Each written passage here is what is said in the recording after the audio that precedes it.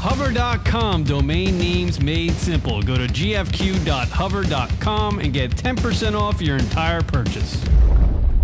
You're listening to the GFQ Broadcasting Network. Check us out at gfqlive.tv. Lunatic Radio. Lunatic Radio. Lunatic Radio. This is Lunatic Radio.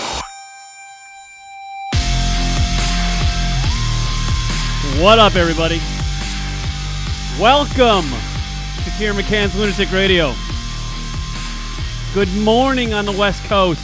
Morning. Wake up, LA, San Diego, San Francisco, Portland, Oregon, Those are all the markets we're in, right? Seattle. No, Seattle. We're in a good market. We just got picked up in Seattle. That's right. I used to make that joke with internet radio. Every time we get a new listener, it's a new market. Syndicated.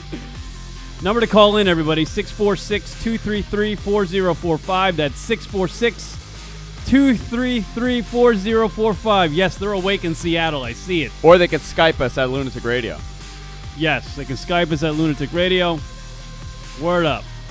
What's going on in the world today? I don't know. I'll tell you, I'm exhausted, Kieran. Hour and a half of sleep last night I had. Thank you Did very you? much. Yeah. And I was poked, as we were just talking about before the show. You were poked? By a male at 2 o'clock in the morning on Facebook. Now, what does a poke mean? I don't know what a poke means, but I got to imagine a man is not supposed to poke another man on Facebook. I'm being poked by a model constantly. See, I'm not. And I feel very uncomfortable poking her back. Yeah, well, yeah, I would not. You're going to start a whole... I poked her. I mean, on the air, we poked back. And we have one mutual friend, I realize, and it's Chauncey. Oh, so that's weird. She's probably trying to get in cahoots with you so she can get some pictures taken No, with she's Chauncey. a fan. She's a fan of the network. She lives in Florida. Chauncey Hayden Show, by the way, Wednesday nights on the GFQ Yeah. Network, 6 o'clock. Pretty girl, too.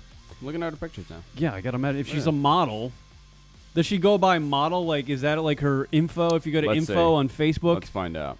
the mysterious model that pokes you on Facebook? Yes, works as a model. Works as a model. See, that's just a little bit of ego. She knows English, Spanish, and Brazilian Portuguese. By the way, good afternoon in Europe.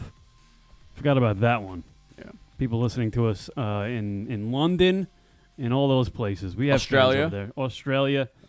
South Korea. China, I believe we've had callers in from on the night show on Mondays. I'm exhausted, dude, from yesterday, last night's show. Oof. Yeah, well, yeah, yesterday you did this show. Yeah. And then you had to go do the Chauncey Hayden show where you had the daughter. Well, Chauncey Hayden show's not 3 hours, it's an hour, 1 right? hour. Hour, like, interview segment 1 type hour. thing? Yeah, we do half hour. Well, this one was a little longer because it was a really good interview. I mean, we could talk about it. It was a big hit for the network here that Andrew runs, the GFQ Radio Network. He had Chauncey Hayden did his show, and he had special guest interviewee was Karen Gravano, Sammy the Bull Gravano's daughter. Yeah, famous hitman for the Gotti family, mob family. From Mob Wives. Mob Wives. She's By the way, her book, New York Times bestseller last night. Really? Yeah. Did she really write it? Yeah, she wrote it. Apparently. Ghostwriter. And she says she wrote it. Everybody has a ghostwriter. You think so? Yeah. Yeah. She just talks and somebody writes something down and puts it into book form. Well, I'm writing a book. On what? On Hairstyle? this.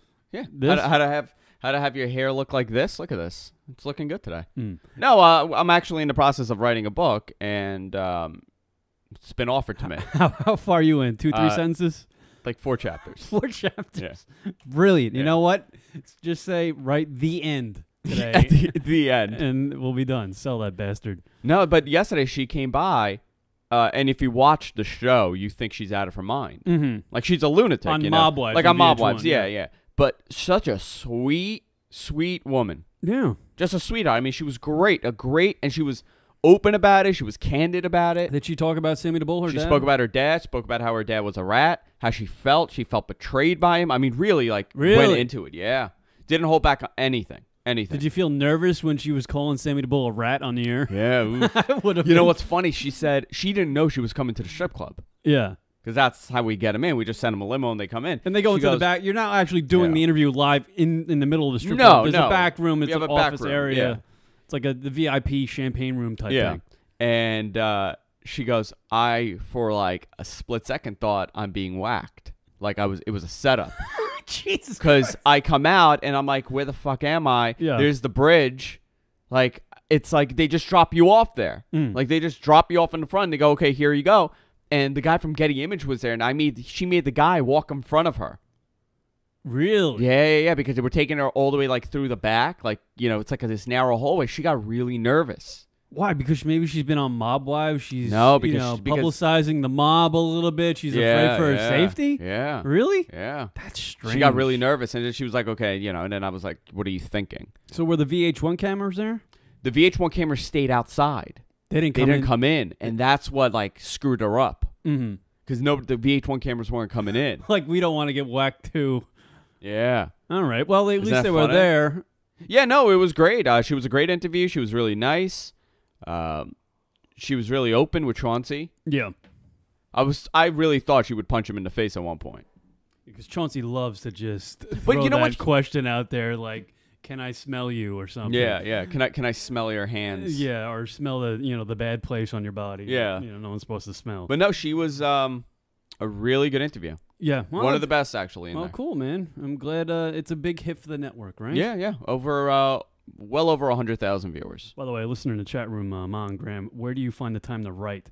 Well, clearly he hasn't written much. He's only written four chapters. 4 chapters. In like 6 months. Have you honestly done this, or are you just making it No. I swear to God, I'm writing. What is the first chapter? Can you remember? I can't talk about what it is. Is your hair like getting up in the morning? It's about my hair. The entire book. You know, the famous radio superstar Sid Rosenberg, locally here in New York, wrote a book about WFAN, the first actually 24-hour sports talk radio station in the country that originated in 1987, I believe. Yeah. He wrote a book about his time there at WFAN. He was nuts, huh? It sold a grand total of 6 copies. So did it really? You're well on your way to making some cash. No, I can't talk about what it's about, but yours? Yeah. What is it? I can't talk about it. What else would it be about other than this thing? It might be about my life. What my is struggles. Your life? With what? Yeah, it's my Hair version of and my comf. Moisturizer? Finding moisturizer? We were coming up with names, like people, me and some other people, my wife too. We were coming up with like names for the book. Yeah, and I go, how about my struggles? And Jess goes, that's my comf, right? That's Hitler's book. So actually, the name of the book is Utter Pussy. No, if it rained marbles, we'd all be dead. If it rains marbles, we'd all be dead. Yeah. A book about radio, Andrew Zarian. I'm not saying it's about radio. The story might be a kid's book. And the life of Andrew Zarian, radio superstar guy. Chapter 1, doing my hair. How about you just call it the best hair in radio? The best. Yeah, that's a great book name, actually. Thank you. See, this is why I'm on the network and I do a morning show for the network. It's not. It paid off. If I use that, all this paid off. Yeah, there you go. Perfect. But it was fun. You should come down one day. I don't know why you never come down to the strip club. Yeah, it's such a cool environment, man. It's like the same reason why I don't go to places that sell heroin. I might try something and get addicted to it. No. That's why I don't go. By the way, Cool Teacher came by with her husband. Oh, right. We talked to her yesterday on the program. Yeah, she came by. It was her husband's 40th birthday. We said she'd go out and show the guy a good time. So she went to the strip club, huh? So the famous. She came by with her husband. Really nice couple. Did they have fun? Nice. Did you give them some lap dances? Did the husband have some lap dances? Yeah, they went in. We left and they were going in the club. But we bought dinner and we got them drinks. We took care of them. Look at that. You're like the mob. Listen, when I'm in there, I sometimes really it goes in my head. Like I start thinking I'm like some tough guy. And here you are telling me before the show you have no ego whatsoever. I have no ego. No. As I'm dealing with my text messages from ego people. Yeah. I had an issue today too. I had an issue too today. Yeah, I know. Kunal is single-handedly losing his mind on your show, which is a daily, which is a weekly, but he's having a mental breakdown and he's not admitting it. He got very upset. Jess called my wife called him to see if he was okay because he's not coming today to do the show, and he got very upset because she said he's on edge. He's on edge. Yeah. Not even calling him no, you're lazy or something. No. He's on edge, like he's ready to rip the world apart. Yeah. And that insulted him? That insulted him. If somebody called me on edge, I would be like, you know what, that's kind of cool. I have an edge about me. Usually people look at me and go, he's cute. He's like a little puppy. He's like a little bunny I want to pet. You put him in your pocket. By the way, I got a haircut yesterday. We'll get into stuff on the show. And you dyed it. I dyed my hair yesterday. It looks good. I know the last. You kept a little bit of the grays, so it looks natural. We've only done 6 broadcasts of the Kieran McCann's Lunatic Radio Show, and I think I spent 3 calling Andrew a complete late night loafers homo. Right? We've done like 3 segments since on Friday. That. Since Friday, right? And yesterday Thursday, sorry. Yesterday I continued on the theme, and after the show yesterday, I found myself in a CVS. 45 minutes spending in an aisle reading moisturizing bottles to find the right moisturizer. First of all, why do you need a moisturizer? Because this freaking weather in New York is killing my skin. Like, I just peel and my skin dries up. I'm Irish. Like, it's ridiculous. I don't know too many people that have that problem where they're peeling because of the cold. Yeah, it gets dried out. Like, any type of liquid I put on my body or consume in my body, I just evaporate. It just evaporates instantly on me. So I had to get like Uber Grease moisturizer. And I'm sitting there and I'm going through old text messages because my ex-girlfriend actually sent me the correct one to get because she knew. She knew which one. She knows the one that you need. She knows the one I need. So I was going through. Like, I've come in contact with your skin. You need Jergens. Yeah, you need something. You need grease. Go to Aid's Auto Store and buy some motor oil. Put it on yourself. Like, I needed that. So, I was poking fun at you for being the metrosexual type of guy. I don't moisturize. But I'm a man's man, right? And you know what? I had to go there because I need to take care of myself. Hygiene's a good thing, right? Sure. So, after I got my moisturizer. You look like my accountant today. After I got my... Gene Rosenberg. Gene Rosenberg. I look Jewish today. Great. That's what I was going for. After I got my moisturizer, I saw the men's hair... What'd you get, just for men? Hair color for men. What color was it? Light brown. Light brown. Not ash brown. Light brown. Yeah. And like chocolate brown. You didn't go one of those? But it wasn't a complete loss because after the CVS escapade that took about an hour, and I felt completely non-manly, I went to the haircutting place, and the lady that was cutting my hair, who was about 60 years old, said I looked like I was 23. Wow. And I was like, yeah. Give me another comment, lady. We're going to go have some drinks. Where'd you go? Like Supercut?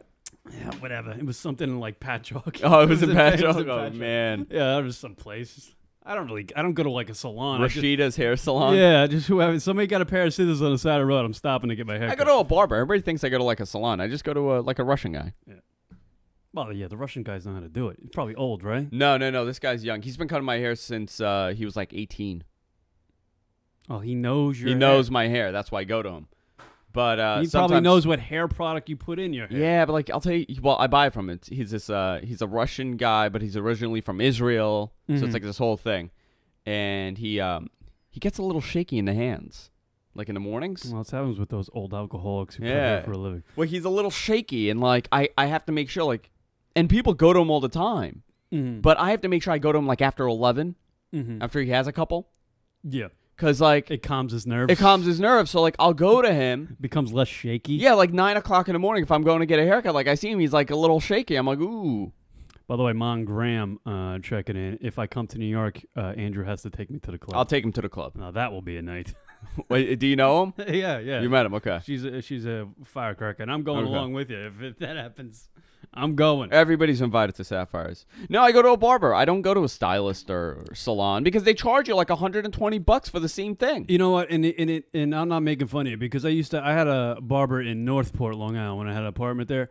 That was if I could have taken that guy with me to wherever I moved to, yes, I would have. He was the greatest thing. I fell in love with the guy. I mean, and he was cool. I get a shampoo. Do you get the whole conditioning and the shampoo stuff? No, but he does like the warm shaving cream on the back back of the massager, the vibrating thing on the back. It's kind of sensual. I don't know. He was just a man's man though, but he was good and he was a great barber. He took his time. $12 for a haircut. I'd give him 25 bones. Boom. Oh, that's great. $12, huh? Yeah, double the price. So he was really good.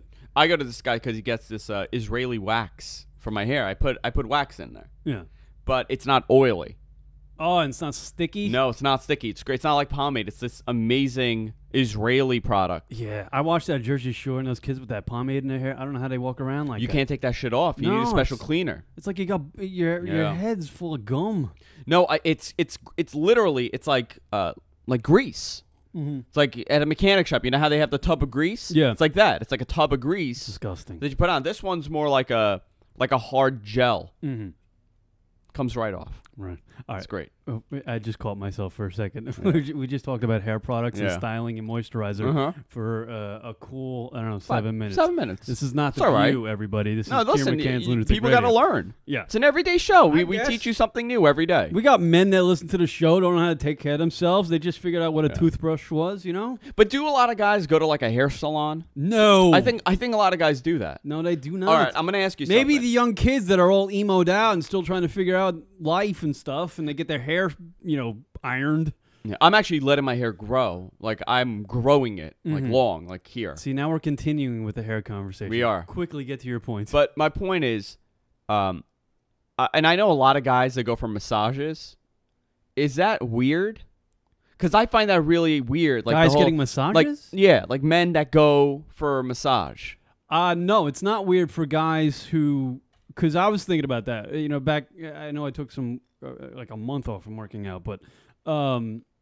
when I was lifting weights heavily, I was killing myself. Like my body was getting all knotted up, and it was hard for me to, work out every day because I was doing 6 days a week with running and lifting, and it was driving me crazy. And I was like, I need to go and have somebody beat the crap out of me with a massage. And I'm not talking like a sensual massage, like literally just punch me in the back. And but hit me it's with never rock. like that. I mean, there's actually one reason why guys go for a massage.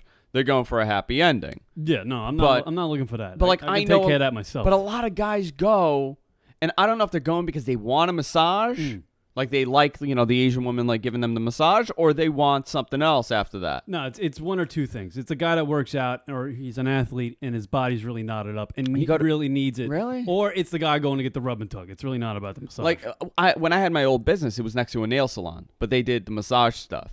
Like the rub and tug, or the... Well, when you say the massage stuff, no, they would. It was like like nails, eyebrows, and waxing, you go to the back room and they blow you. And they also give you massages, and a lot of women went there. But like I would notice like these big fat guys, like with just like guys that couldn't with even a hat walk. down pulled over their head. Yeah, like just messes, just walking in there. And I always wonder, I'm like, this guy is going in for a massage. Absolutely. Why does he need a massage? I'm sure he's going in for something else. He's just gonna go get his trombone stroked. That's weird, dude. That's weird. It's not weird. Yeah, it is. The guy's lonely. Come on. He's sick of watching internet porn. It's perfectly logical to me. Come on. If You you can think get away so? with it. Yes. No, come on. I used to have co-hosts that went.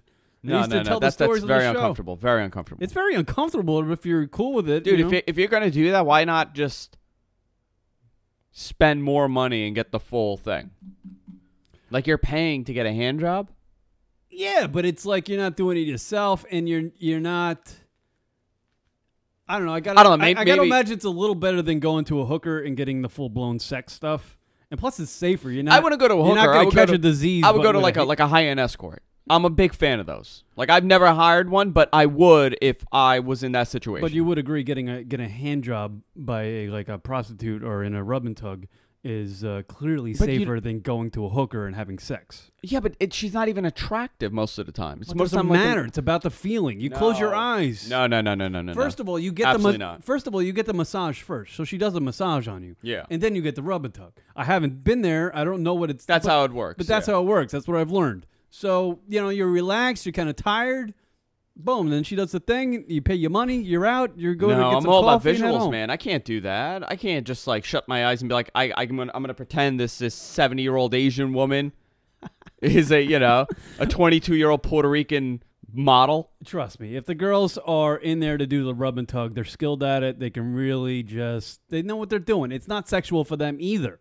They're just like, they can literally crank it out. Brian Monroe says that the problem is that I'm good looking and I've never had to pay for anything.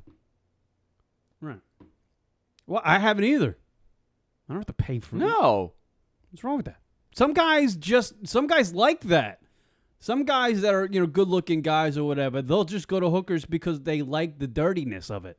Like they like the fact that they're paying for it. It's weird. I got approached by this guy because since I work with Spencer, I'm all involved in like the hair stuff now, like the hair loss world. I'm like a character in the hair loss world now because we work together. We do a lot of these like live hair transplants, And I got a message from this guy that does something in that business, in the hair loss world. And I Googled the guy's name, and immediately came up that he had like some sort of porn. He's like an established guy in the hair loss world. Like he has a forum, and he does consultations with people. He's not a doctor, but like he helps people. I looked the guy's name up, and he has a fetish sex video where like he gets his nuts stepped on. And this is like a business guy. Like, I guess he did this years ago. And I'm like, people are so fucked up. That is fucked up. Like, you are, like... I don't understand that. Like, I know guys that like to get kicked in the nuts. Yeah. Like, that's a thing. They like that. They like to be stepped on. You're clearly right. That's absolutely true. I mean, there are some videos on the internet that will just blow your mind. Anything you can think of demented in your head, you can probably find a video for it. Yeah. Or somebody doing it. But what do you on the think internet. it is? Like, you Oh, it's completely self-hatred type thing. You think it's like, but it has to be something from your childhood. Do you know how many people in this world need therapy?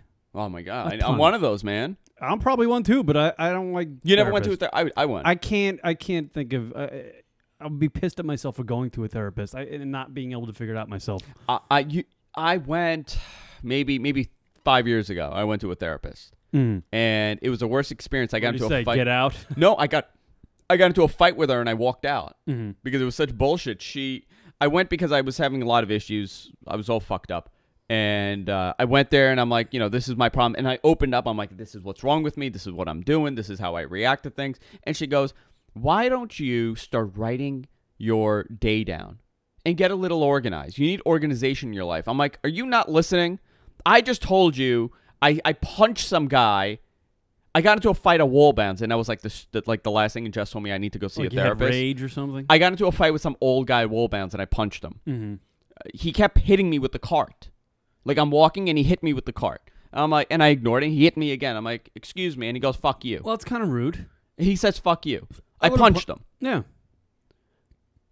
I came home, told Jess what happened. Maybe and then that guy needs to go to therapy. And then I got the baseball bat, and I went to go find him. And Jess said, I need to go see a therapist. All right, that's where you went wrong. Yeah. That's why you need to go to. So I went to a therapist, and the therapist said, I need organization in my life. Is this back when you had taken the old steroids? No. I wasn't on steroids at this point. I'm just an angry dude. You are. You're a But you wouldn't go see a therapist? No. Do you think you need one? Probably. Yeah. I think everybody needs one, really. I mean, everybody has things they need to figure out. But, they're real people. They're stand-up people. They figure it out themselves. They don't go and pay $900 an hour for a fucking therapist to tell them, oh, it's okay to cry. Yeah. Alcohol's my therapy. If I went to a therapist and they told me it's okay to be, show my emotion or something, I'd literally punch them in the fucking face. I'm fine with that. I was like, I paid what? How much? How much an hour did I pay for that? Well, most of the time Fucking they don't. Asshole. See, that's the thing about therapy. Like, they don't know. They let you self-discover because they don't have the answer. Right. They don't know. They just sit there and listen with their fucking glasses in a book. Yeah. They're like, I don't know. I could be a fucking therapist. Yeah, Joey therapy guy. Joey therapy guy. Like Joey Therapy's Therapist Depot Emporium down the block. That's what I'd do. All right, so let's play this game. You're a therapist now, okay? Yeah. Patient comes to you and says, I think I can't connect to my wife. I don't talk to her. What are you going to tell her? What's her number? Yeah. I don't know. I would just say, what's going on? What's the problem? I'm not attracted to her. Well, divorce. And that causes me to be angry. Divorce. Or go get some side ass. Okay. Yeah. Go find a gumad and you'll be okay. Go get some side ass, but eventually that's going to turn into a huge problem, and you'll have to come back to me and spend more money. So I suggest go and get some side ass, and we'll figure out the problem as it, down the line when you get caught with the side ass. Yeah, that's what I would do. I'm a great therapist. Yeah. Just leave my clients into more problems. Awful. Yeah. Well, at least you dyed your hair. Yeah. Well, I did. And I got complimented by a 60-year-old. And by the way, I wasn't suggesting that getting a handy by a 60-year-old is okay. I was just suggesting that I'm not suggesting getting a rub and tug is okay. So you're able... I'm just saying guys do it. Let me understand it. You're able to just disconnect the physical attraction with the person? Like, you're able to disconnect, like, if you could go and bang someone or get a handy if you're not attracted to them? No. I'm just saying guys can do some that. Guys not can. Me. Okay. Yeah, some guys can do that. It's just like they want to get their rocks off. You know what I mean? Yeah. I'm not like that. I like if I need to get my rocks off, I'll figure it out myself. Yeah. I'm not gonna go and need somebody to help me with it. I'll figure it out. I can't really. I like that one night stand thing. That was never my deal. Even though I've done it before, it's really not my deal. I kind of like to have. I've done it once. I like to have Once the or sex twice. with somebody I care about. You know what I mean? Yeah. It's a lot more fun. No, it's weird. The one night stands are very uncomfortable. They're never as good as people think they are. Yeah, I know. I honestly, and I've said it many a times. I'd much rather masturbate than Than just a bang one-night somebody I stand. don't really know.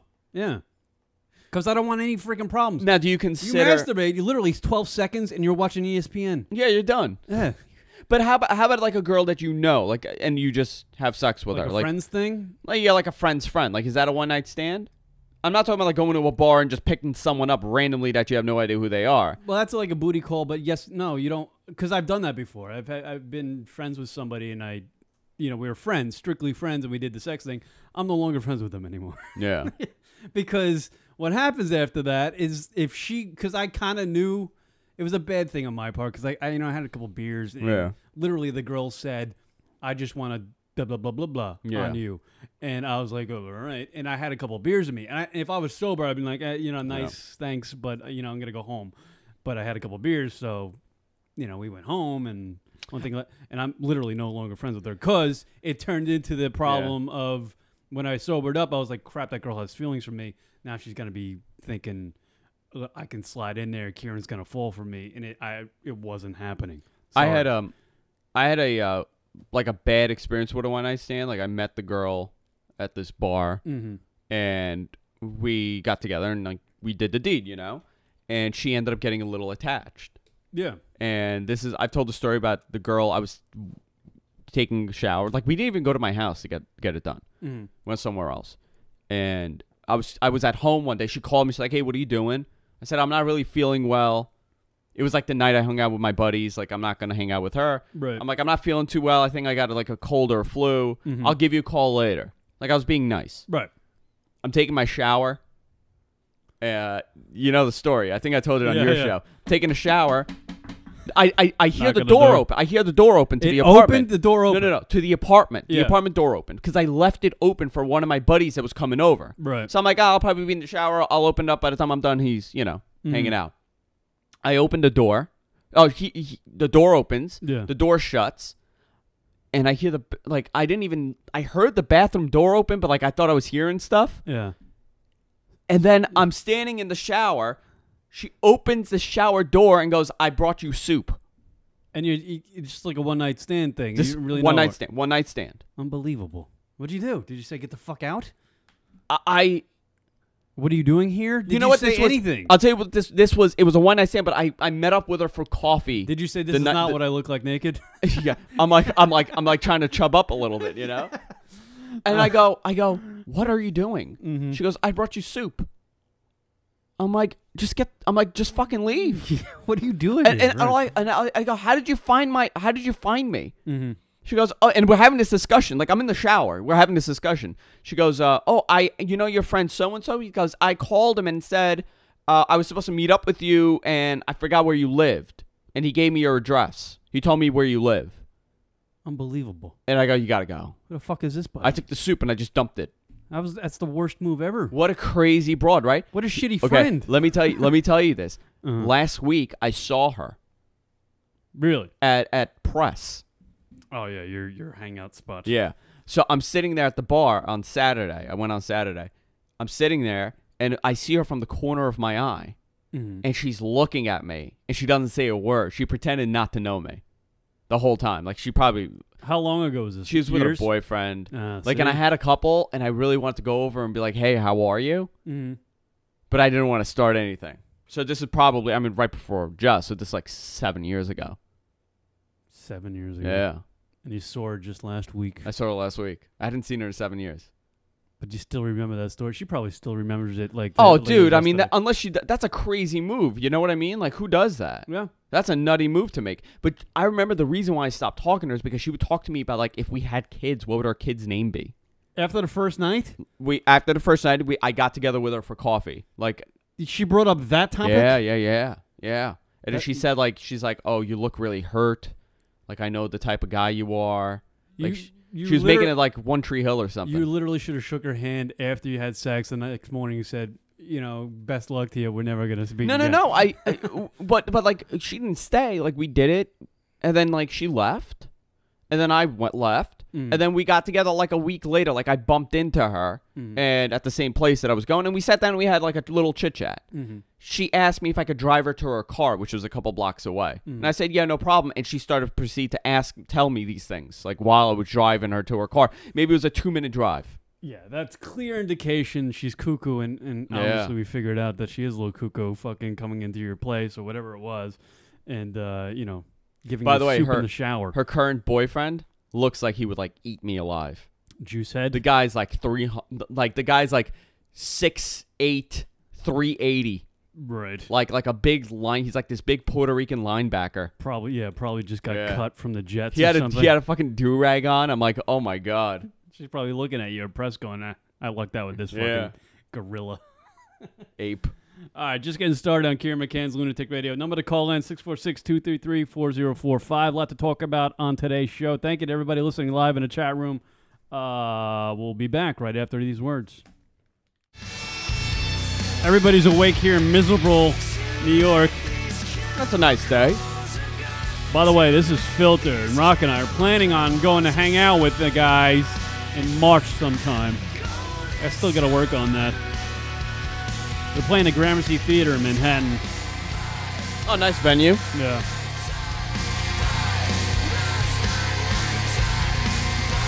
By the way, Mon Graham, referring to your story before, the only thing you should have talked to that girl about in the morning was a restraining order. Yeah, I don't know. Yeah. Freaked me out, man. That's weird. You've never had like a weird situation like that? Psycho broads? Yeah. Yeah, but it never got to that level. I always cut them off. Yeah. No, well, this was early. Too early to tell. Like I can kind of sense it. I think that's maybe why I kind of got into talk radio a little bit, is because I think the only kind of talent I have is that I can kind of talk to people, and I can kind of sense them or feed them or figure them out a little bit. You know what I mean? Maybe that's why I don't know. That's why I like doing this and talking to people and laughing with people. Yeah. I don't know. Maybe that's why I don't have any enemies, really. Oh, I have a lot of enemies. I don't know. Yeah, it's because you're just fucking Mr. Egotistical, Negative Nelly, non-egotistical guy who told me before the show. I don't even know. I said, I don't have an ego. Yeah, and I said, I don't believe you. That's what I should have said. I just laughed it off. Like, okay, maybe he doesn't have an ego. Yeah. Wake up, everybody. Number to call in, 646-233-4045. The show at Lunatic Radio is the email address. We're on the Facebook and Twitter, so go figure that out. What's going on in the world as we got lost on the old topic about Andrew's psycho girlfriend, one-night stand chick? Oh, right. Man, I tell you what, kids can take bullets. Yeah, this 8-year-old, right? Yeah, there was an 8-year-old in, this is local, and we try not to do just straight New York stuff. Yeah, because we're nationally syndicated. Yeah, and people in China really don't give a fuck when and it's kind of sad to say, they don't care when a little kid gets killed in New York. I mean, there's stuff going on in their country that's pretty crazy too. Why aren't we hearing about that? But there was a kid, an 8-year-old, that got shot in a delicatessen right here in Brooklyn. At a bodega. A bodega. It's a deli for people on the West Coast. Papa Yalla's Deli. Right. And he pretty much got shot and just, put his hand on it and walked around and was he walked it off. Yeah. He got it right in the shoulder, and there's actual security footage of him, the young little kid, getting shot. And when he got shot and the cops showed up, he was like apologetic. He's like, I'm hoping I'm not a nuisance type of thing. Yeah. He was very respectful. He was like, I'm okay. Obviously, it didn't Good kid. go through his heart or anything, but it went through his shoulder. Yeah, here's the news clip. It's from, I don't know, Channel 11 in New York. Here we go. WPIX. Oh, wait, I got to wait for the goddamn Ad. I hate that. Yeah, but it was shot. It was in the Bronx. Happened in the Bronx. Yeah, the guy at the deli patched him up. The cops were there. The kid was like very respectful. So was it like somebody on a bike, I think they said, right? Somebody just shot him. Yeah. Yeah, well, it was like a drive-by type thing. I Yeah, think. but probably they weren't trying to shoot him. They were trying to shoot somebody else. Yeah, no, it was a bunch of like you saw it. There was a bunch of riffraff hanging around in the security footage. They weren't going after the little kid. Here we go. To the chest last night inside this deli in the Bronx is being praised tonight for his courage and his good manners. While he stayed calm, his mother panicked. The store owner came to help him, and a surveillance camera captured it all on tape. Second grader Armando Bigo was looking for a bag of potato chips in the Papayalas Deli on Randall I'll Avenue tell you, when a this kid shot doesn't was need any fired. more potato chips. The kid just wanted a bag of potato chips. He ended up taking a bullet. poor By the thing. way, there was another kid. Yes, I heard that today in Washington. A kid brought a bag of brought a gun to school, like in his backpack. Yeah. And it actually went off in the class and shot a girl. Oh my God. Yeah, freaking horrible. By someone passing by on a bicycle. The boy is seen clutching his upper left chest. His mother screamed hysterically. Armando shouted at her, "I'm okay, Mommy. Why are you crying?" She responded, The kid takes a bullet. Yeah. He's like, "Yeah, ma, don't worry about it. You know, this happens.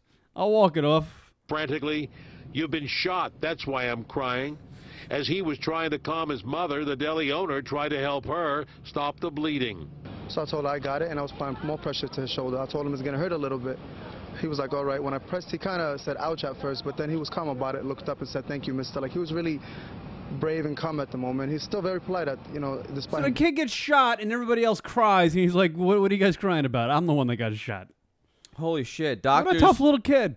doctors were treating Armando for a punctured lung, a fractured rib, and an injured spinal cord. What a tough little fucker, this guy. Holy Doctors are crap. also examining his kidneys while conducting a battery of medical tests. But how does one bullet do that? Well, that's what happens. The bullet goes in, you hit a bone, and it'll ricochet around your body. They usually don't just go in and out. being shot. A student at PS 107, young Armando kept his cool as police looked around the neighborhood for the shooter. The boy was apologetic to the deli owner for making a bloody mess. Like, he was really concerned about This actually kid's spitting on the blood. He By was the way, like- kudos. I will have to applaud the parents of this young man. yeah. Holy crap. He's a good kid. Dude gets shot, and he's apologizing to the deli owner because he was bleeding all over the floor. Unbelievable, this kid. very polite about it. It was like, I got to spit. I was like, don't worry about it. Spit all you want. Just go ahead. Do you want something to drink? But he looked at us like, thank you, mister.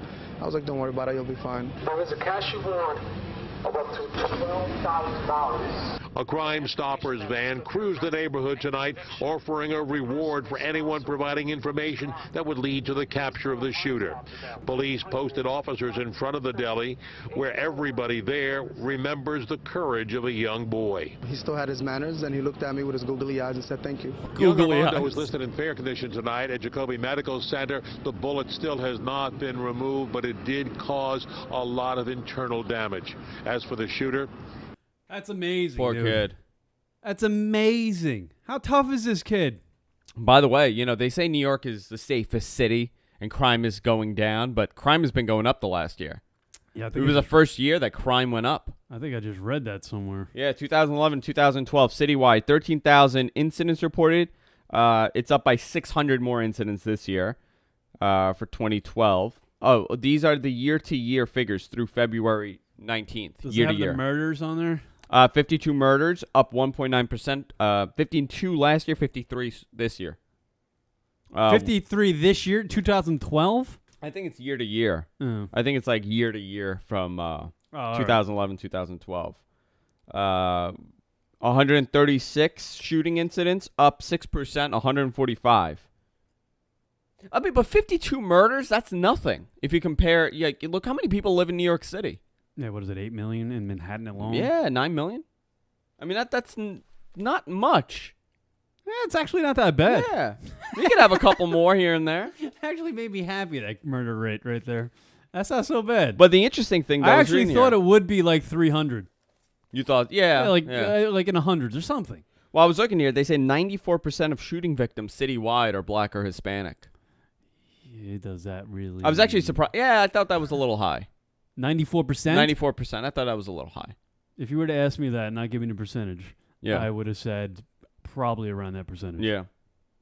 Well, it's just that's where it happens. You know what I mean? It's those areas that are just. I mean, have you ever been to Bedford-Stuyvesant? Oh, yes.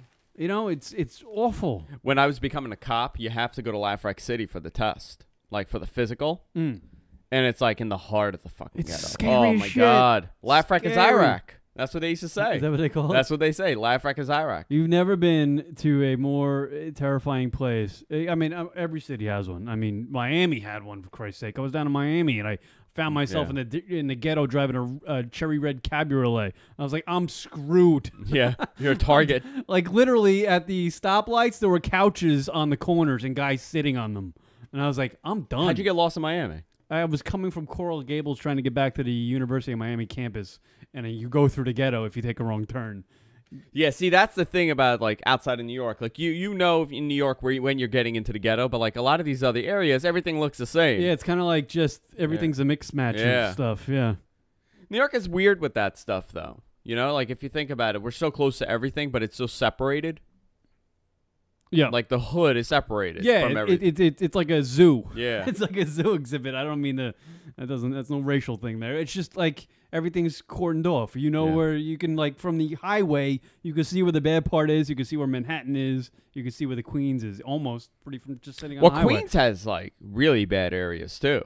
Well, New York's colossally fucked up in all areas. I don't understand how there could still be, like, bad neighborhoods, considering how expensive everything is. Well, that's what they're trying to do. Not to be local again, but they're moving the Nets to Brooklyn, which is a shithole, and they're trying to clean that place up. They're hoping that they're going to revitalize. You know, in Bayside, where I live, there's a bad neighborhood here, too. It's like a bad, like, little area. Oh, don't tell me that. Yeah. Not this side, like the other side of it, the town, and they were upset, the people in the bad neighborhood, that the Koreans were buying up the homes and putting McMansions there. They were revitalizing the neighborhood, and they were upset that these outsiders, and that was the paper. This maybe like 2 years ago. They said that's because they're just gonna have to find another place to live. Yeah, they were upset that they're making the neighborhood nicer. And one of the headlines, it was this woman, and she looked like she was all cracked out. Right. And she said, "I didn't pay money. I didn't pay nothing to live in a $1 million neighborhood. I didn't pay nothing to live in $1 million neighborhood." Yeah, like I didn't pay. Are you asking me to guess? Like the I think race? I'm not gonna say what it was, but she was very upset that they were revitalizing her neighborhood and outsiders were coming in, which I find that amazing. You know, people complain all the time. They're like, "Oh, well, they're building these huge mansions in the neighborhood." I'm like, "Yeah, but they're making your neighborhood into a better neighborhood." There was actually a poll put out of Americans. They asked Americans across the country, everybody, of states they like and dislike. Yeah. And I believe, well, not a majority, but a good percentage of people love New York, but fucking thoroughly hate New Jersey. Yeah. Jersey's the most disliked state ever. By the way, Jersey has some beautiful areas. It was like, I'm trying to find it in front of me. It was like the most disliked freaking state out there. In the state, obviously, people like the most is Hawaii. Yeah, but I mean, that's not really. 54% of people love Hawaii. Do you consider Hawaii like a state? And only 10% of them look at it negatively. But top 10 states. Hawaii's so far away. Top 10 states people like. Okay. Well, Hawaii go 10 to 1. 10 to 1. All right. Yeah. I'll go. All right. It's Pennsylvania. Number 10, really? North Carolina. Okay. Oregon. Alaska. Montana. Wait a minute. Who likes Alaska? Fucking Alaska's beautiful. Yeah, but would you live there?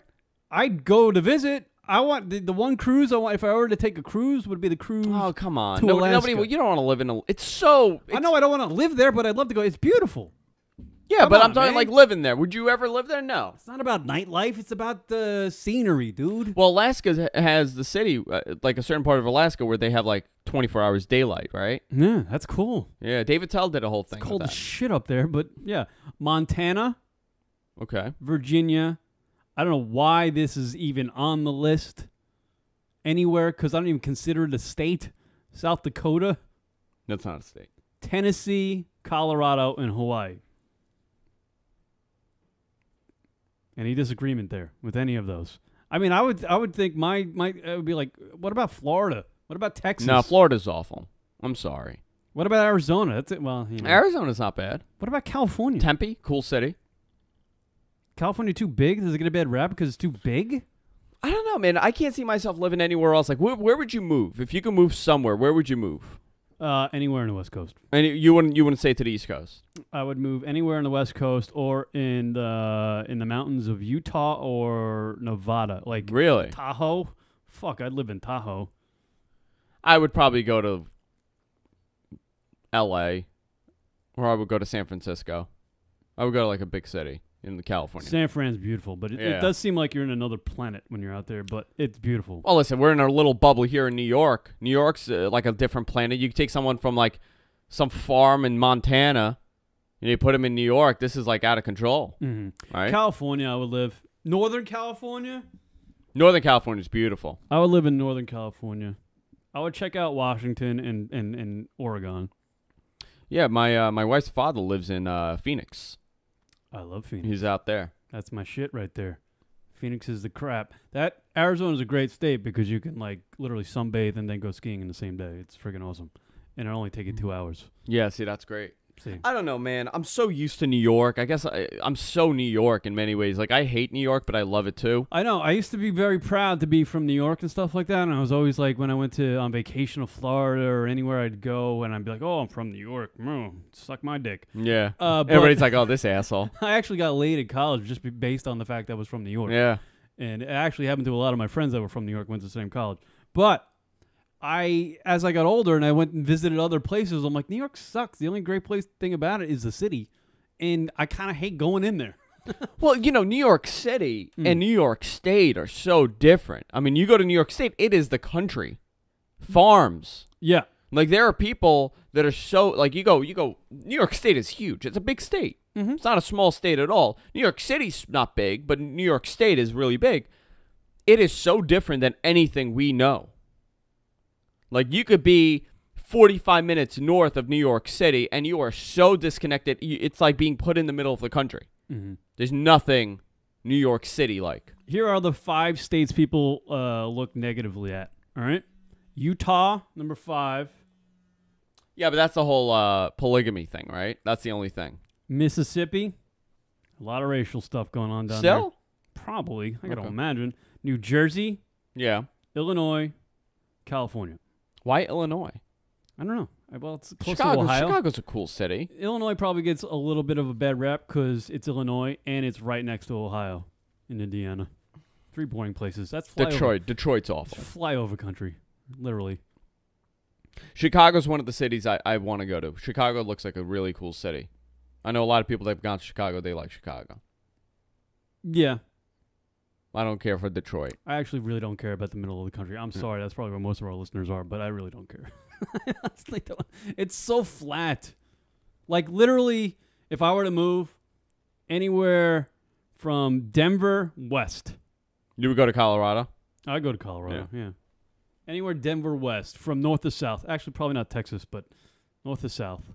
Boom. That's where I'm going. Boom. Skiing. Because I'm like an adventure guy. Just because I'm in New York. Are you? You're an adventure guy? Yeah, I like going mountain biking and riding and I like hiking. I like the camping. Yeah, I love all that shit, man. Canoeing. The greatest thing I ever did was in the mountains of Arizona. There's like a place. There's a river that runs down from the mountains into the valley, and you can rent an inner tube. And hop on a bus. It drives like freaking 2 hours north. Not 2 hours, but like a good hour north. It puts you at the top of this river. You get out. You hop in the river in your inner tube. You strap a 6-pack of beer to it, and you float down the river for like 5 hours.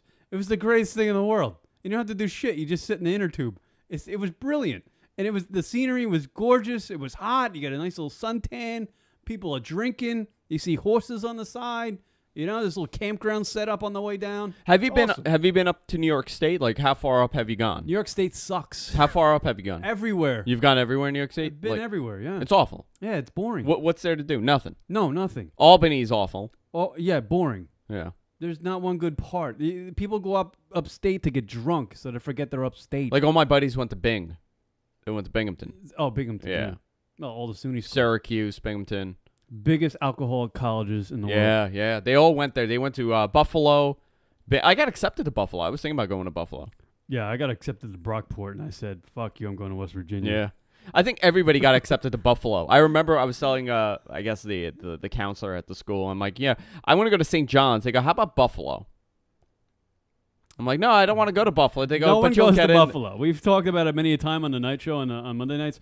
Buffalo is probably the worst city in the country. Yeah, they got the Bills. It's terrible, terrible. But I saw an article about. Here it The is. party colleges? The party Yeah. colleges. Now we just got Let on me that. ask, do you remember when Nassau Community was one of the biggest party colleges? What, in Farmingdale? No, Nassau. Yeah, in Farmingdale. Is that Farmingdale? Yeah. No, Farmingdale's a different school. Nassau Community. Oh, the community college. Yeah. Biggest party One school of the in biggest America? party. Yeah, Playboy ranked it one of the biggest party. One of the biggest party schools in America. College Magazine, here it is. College Magazine put out an article today on the top 10 most DTF. Now, for the older people out there, that is down to fuck campuses out there in the country, around the country. Top 10, all right? Can you guess from 10 to 1? Let's see how many you get. Number 10, what do you get? It's kind of local. Number 10 is local. How local? It's pretty local. Like tri-state area Think or of New York? national college that's local. There's two. There's a bunch of them, but it's kind of local. Penn State. No, Rutgers. Rutgers, Rutgers okay. number 10. Really? If you want to get Rutgers? laid, number 10, Rutgers is the place to go. Okay. Vassar College is number 9. Vassar, I don't know okay. what the hell Vassar is, but the University of Michigan, Ann Arbor, Wolverines. Yeah. So if you want to get laid, this is for kids that want to get laid out there. These are campuses But where they a were lot big of in the sex 90s. happens. They were big in the 90s. Well, they're big now because people yeah. are getting laid in Michigan. University of Wisconsin-Madison. That's Wisconsin. No. People getting laid there. 2 Big Ten schools. Penn State University. Yeah, I was going to say Penn State. Where Joe Paterno just got fired and died. University of Florida, of course. A lot of hot chicks go to University of Florida. Tim Tebow, Yeah. the only virgin that went to the University of I Florida. was going to go to FAU, Florida Atlantic University. Florida State University. Yeah. A lot of Florida people getting laid. Tallahassee. These are the top 10 schools. Number 3, the University of California, Santa Barbara. Number 2, my favorite college, which I wanted to go to, but I didn't, Arizona State University. Big party school. Big party school. Honestly, I can't describe to you how many beautiful people go to that damn school, male and female. A lot of my friends went there. It's like a freaking Abercrombie and Fitch commercial every time I walk down that campus. And number one school to go to if you want to get laid, University of Texas. So Really? You know what the number 1 school to get an STD is? Hofstra. Of course. Hofstra University. Of course, Nassau County. If you want the herps, you go to Hofstra University. You're being very local today. Yeah. You are. That's all I know. Listen, my dream was to go to St. John's and become a lawyer. What was the only place you went on vacation? Aruba? No, I've gone to the Bahamas. I've gone to all the Caribbean islands. It's time for another vacation. Yeah, I love Aruba though. There's nothing to do. It's right next to Brazil. That's where you can get the cocaine. Yeah. Right? Cold Venezuela. motherfucking cane. Venezuela, right there. All right, everybody. Let's take a break. We'll come back. More LunaticRadio.com show right after this. Kieran McCann's Lunatic Radio. Andrew Zarian. Number to call in, 646-233-4045. We need a question for today. So people can call into the program. We need like a debate question. Which Republican candidate is most fuckable? Maybe? Why would that be the question? Because none of them are fuckable. They're all old white men. Well, that Romney's a handsome guy. I should go for Newt Gingrich if I was going to pick one. You know what I mean? Because he's the guy that actually asked one of his wives, do you want to have a threesome?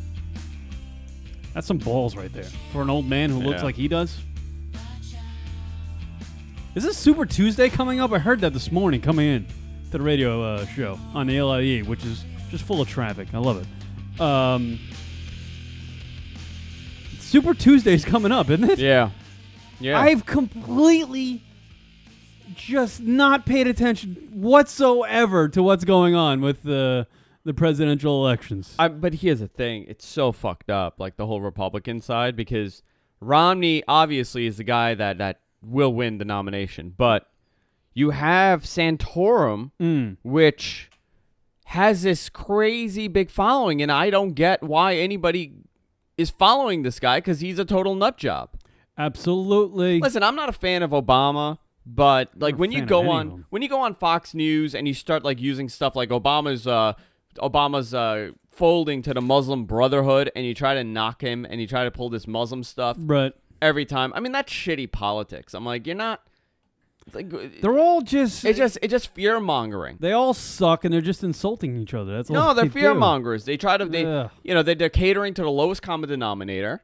And that's the guy that's going to hold, the Confederate flag and scream, Obama's a Muslim, That's who they're catering to, and that's who they're hoping they're going to win, because they know intelligent people really don't fall for that crap. But while they're doing that, they're hurting true, Republicans. Here's the thing. I don't think actual intelligent people out there who actually care about the country and what their future's going to look like in 4 years or whatever, I don't think any of the truly intelligent people out there are going, yeah, I'm backing that guy. I'm backing this guy. Any of these guys, even Obama. I think everybody's just like, fuck these guys.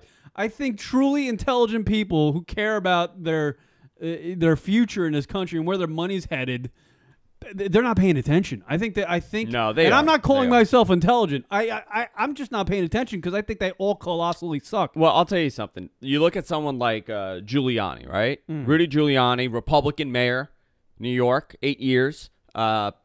A lot of people didn't like him. If you had a union job, which many people do, you did not like him because he wasn't pro-union. But after 9/11, he did a good job, and he has demons in the closet too. Skeletons in the closet, like many of these guys do. But he was the front runner for the Republican Party. This is for last year. And what happened to him? He came out. They mishandled his entire thing. He became a super conservative, talking about it. He was against abortion. He was against gay rights. And this is a guy that really never touched on that. He kind of catered to that evangelical, Bible Belt Southern Republican. And McCain, too. John McCain is the same guy. John McCain was a moderate, and he became an ultra-conservative because that's who they thought they would win with. This is the problem. Like Romney is a moderate Republican, meaning he's not an ultra-conservative. He's not nutty with that stuff, but the Republican Party now is beating him because they're saying you're not conservative enough. You're not religious enough. It's a little nutty to me. Yeah, no, I mean that's a little nutty. No, you make good points, but I think the fact of the matter is that there's, like, when Obama was running, right? Yeah. He had. I mean, look at the speeches he did when he was. Look at the speeches he did when he was running. But again, who voted him in? It wasn't. This. Everybody thinks, Obama's followers are intelligent people. No, they're college kids that thought they would get a free ride. Right. But what I'm getting at least there was a massive interest in this guy, and he got the American people behind him. Is there anybody behind any of these guys? No. Just the Republican side and the left are going to go with Obama, maybe. Who knows? No. But the extreme Republican people that are just voting along party lines are paying attention to these four goofballs and going, I don't know, what's the lesser of the four evils here? Well, because I'll tell you why. The parties have split, Isn't right? That the Republican sad, though? Party. We're going to have a presidential election not too long from now, and everybody's like, all these guys suck. I don't hear anybody going, yeah, Mitt's the shit. No. Ron Paul. I mean, I hear people toting Ron Paul. Yeah, but Ron Paul's never going to win. I know. He's never going to win. So what's the fucking point? What is this? Why can't we have a none of the above section in the polling booth? Why? Why not? Because all these guys stink, right? I'm totally. I can't. I couldn't believe that when I was driving in this morning on 1010 Wins in New York, they said, "Oh, Super Tuesday's coming up." I was like, "What? When did that happen?" Yeah. It's like I missed this whole thing. I haven't been paying attention whatsoever. Well, CNN's doing the big debate tonight or tomorrow. Well, Saturday? Somebody had the big debate. No, yesterday. Yeah, they had. Was that CNN last night? Yeah, I totally missed it because I was working. It was in Mesa, Arizona, and I think the big thing out of that debate was the moderator asked each candidate to sum up what they are in one word, and Ron Paul said he's consistently insane, and has crazy ideas. Rick Santorum said he had courage. Mitt said he's resolute, and Newt said he was cheerful. So Newt had the sense of humor. Yeah, I'm cheerful. Yeah, I don't know, man. I'm so discouraged with all this stuff. I think the only thing as Americans that we can look forward to, people, are our holiday weekends and a couple nice spare ribs, maybe, like a little barbecue and a couple nice cold beers. That's pretty much the only thing we can look Well, forward to. Obama's winning. I mean, that's an obvious at this point. Obama's going to win again. Yeah. There's no way By any default. of these guys, because what they're doing is they're destroying each other. And then by the time that the Republican candidate comes up for the presidency, they've dragged him through the mud. And the whole idea is, well, better us than them. Better leave it to us to drag each other through the mud because we can kind of protect each other. We won't bring everything up. Is it so bullshit? Is it like literally if Obama wins, it's like winning by default because he sucks. I mean, no one's like really gonna get behind him. Who, You know? Obama? No, their election is gonna be such a bore fest, don't you think? It's like the Yeah. Mets. It's like the Mets playing the Marlins in late September. No one's paying attention. But listen, none of your things have happened. I mean, you look at someone like Santorum, which he was not a front runner. He was, one of the last guys on the list, and he's taken off, and he's, the number 2 guy now. So crazy things happened with this, and I think it's the media that really directs who you're going to vote for. I'm gonna make a prediction right now. Yeah. When election day comes up, right, for the Obama and whoever else he's going to run against, right? When that election day comes up, the results coming back for people who actually went and voted, I guarantee you that fucker's going to be so goddamn low. Who? Which that percentage of people in this country that went and voted on election day. No, it's higher and higher every year. No, it's going to be low. I'm saying no one's interested in anybody that's going to be our next president. No one. Everybody hates everyone because the country's falling apart, of course. But, the guy that's in office, a lot of people hate him because the country sucks, and no one's backing any of these Republican candidates. No, I mean, no one's behind any of these guys. So I'm going to ask you a couple questions, okay? Like I'm a registered Republican. Now, again, I said it last time. It's not like I'm going to vote Republican every time. I vote for whoever I like, but that's what I registered as, and I've mostly voted Republican. But local Republican, like I vote New York Republican, that's totally different than national Republican. Right, because if you vote Republican in New York, with You're the still- electoral college, it really means nothing. Well, because no, it's like always local, Democrat. but like the local Republicans are still moderates. You know what I mean? It's not like an extremist. All right, but what's your question? Because my boner's going to die. Go ahead. You hate the politics stuff. I do hate it, but it's important to talk about. Do you when you're voting? Do you look at the party? No. You just look at the person. No, because I'm a registered Republican. I voted for Kerry and Obama. Okay. So you voted Democrat both times. Yeah. I actually, some reason I voted for Bob Dole at some point. I don't know I voted why. Bush, man. I think voted for Bush. That's because I was young and I voted for Bob Dole because I thought he was funny. This Bob is why Dole, young kids with his shouldn't broken vote. hand. Yeah. Poor guy. Because literally, I think most of the young kids voted for Obama last time because he's just a black guy. So let me ask you: when you think of Obama, when you think of Dole, what do you think of? Bob Dole? Yeah. First thing that comes to mind. Funny old white guy that yells at kids to get off his lawn. I think of the Viagra ads. Yeah, that too. Yeah. Yeah. That's what this guy is known for now. Broken hand and Viagra. It's kind of sad. We're going to have another at least 4 years of shit. That's what we had to look forward to in this country because this election ain't going to change shit. No. But I It's mean, sad. listen, it's ridiculous. Like they're fighting over like green energy. Like fine, that's great. We should definitely invest in green energy, but like it becomes like a liberal and conservative thing. I don't know how that becomes an issue. I think on the Republican side, I can't tell you if Rick Santorum, he's never run for president before, right? He's a newbie. No, he's a new guy. But the other 3 guys, this is like, I don't know, Mitt's been trying this for like 12 years. Newt Gingrich has been, he's tried this before. He's a seasoned politician. And Ron Paul tries every year. He's always trying to run. Ron Paul's running for everything. And, I mean, it's like, I don't know. It's like, come on, man. Can we get some new blood? It would have been refreshing. Here I am, sitting a couple of weeks away from Super Tuesday, right? And here I am longing for where's Donald Trump just to spice this up? Why didn't he just run? At least to spice it up. Have some interest. I mean, no one would have voted for him, but at least I would have had some interest because he's such a mockery.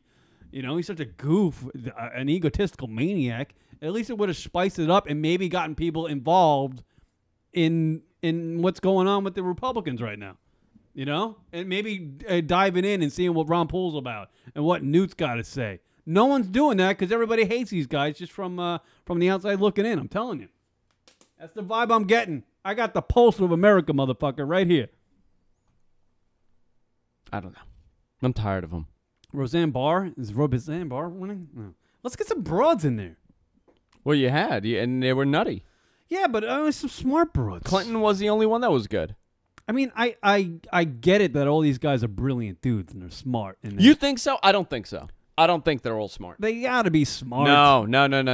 I don't think they are. I think what happens is In their own way, they're smart. they're master bullshitters. I don't think they're really smart. I Well, think they're every master politician's bullshitters. a master bullshitter.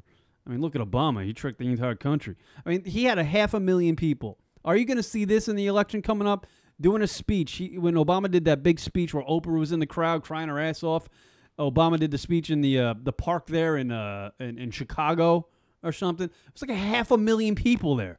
Do you think that's going to happen in this election coming up? Is one of these candidates going to hold a speech in some park and 500,000 people are going to show up? But I'm curious on lucky what if you people get 2,000. But what did people think was going to happen when he came into office? More people listen to this radio show, and it's only been on 6 times, Yeah. than are interested in this fucking election. I'm telling you. But what do you think people thought was going to happen when he won?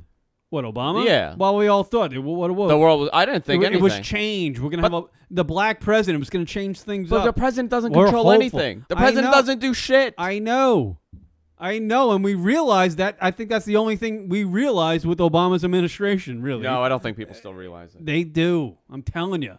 Even the African American community that voted for him in the landslide realizes that now.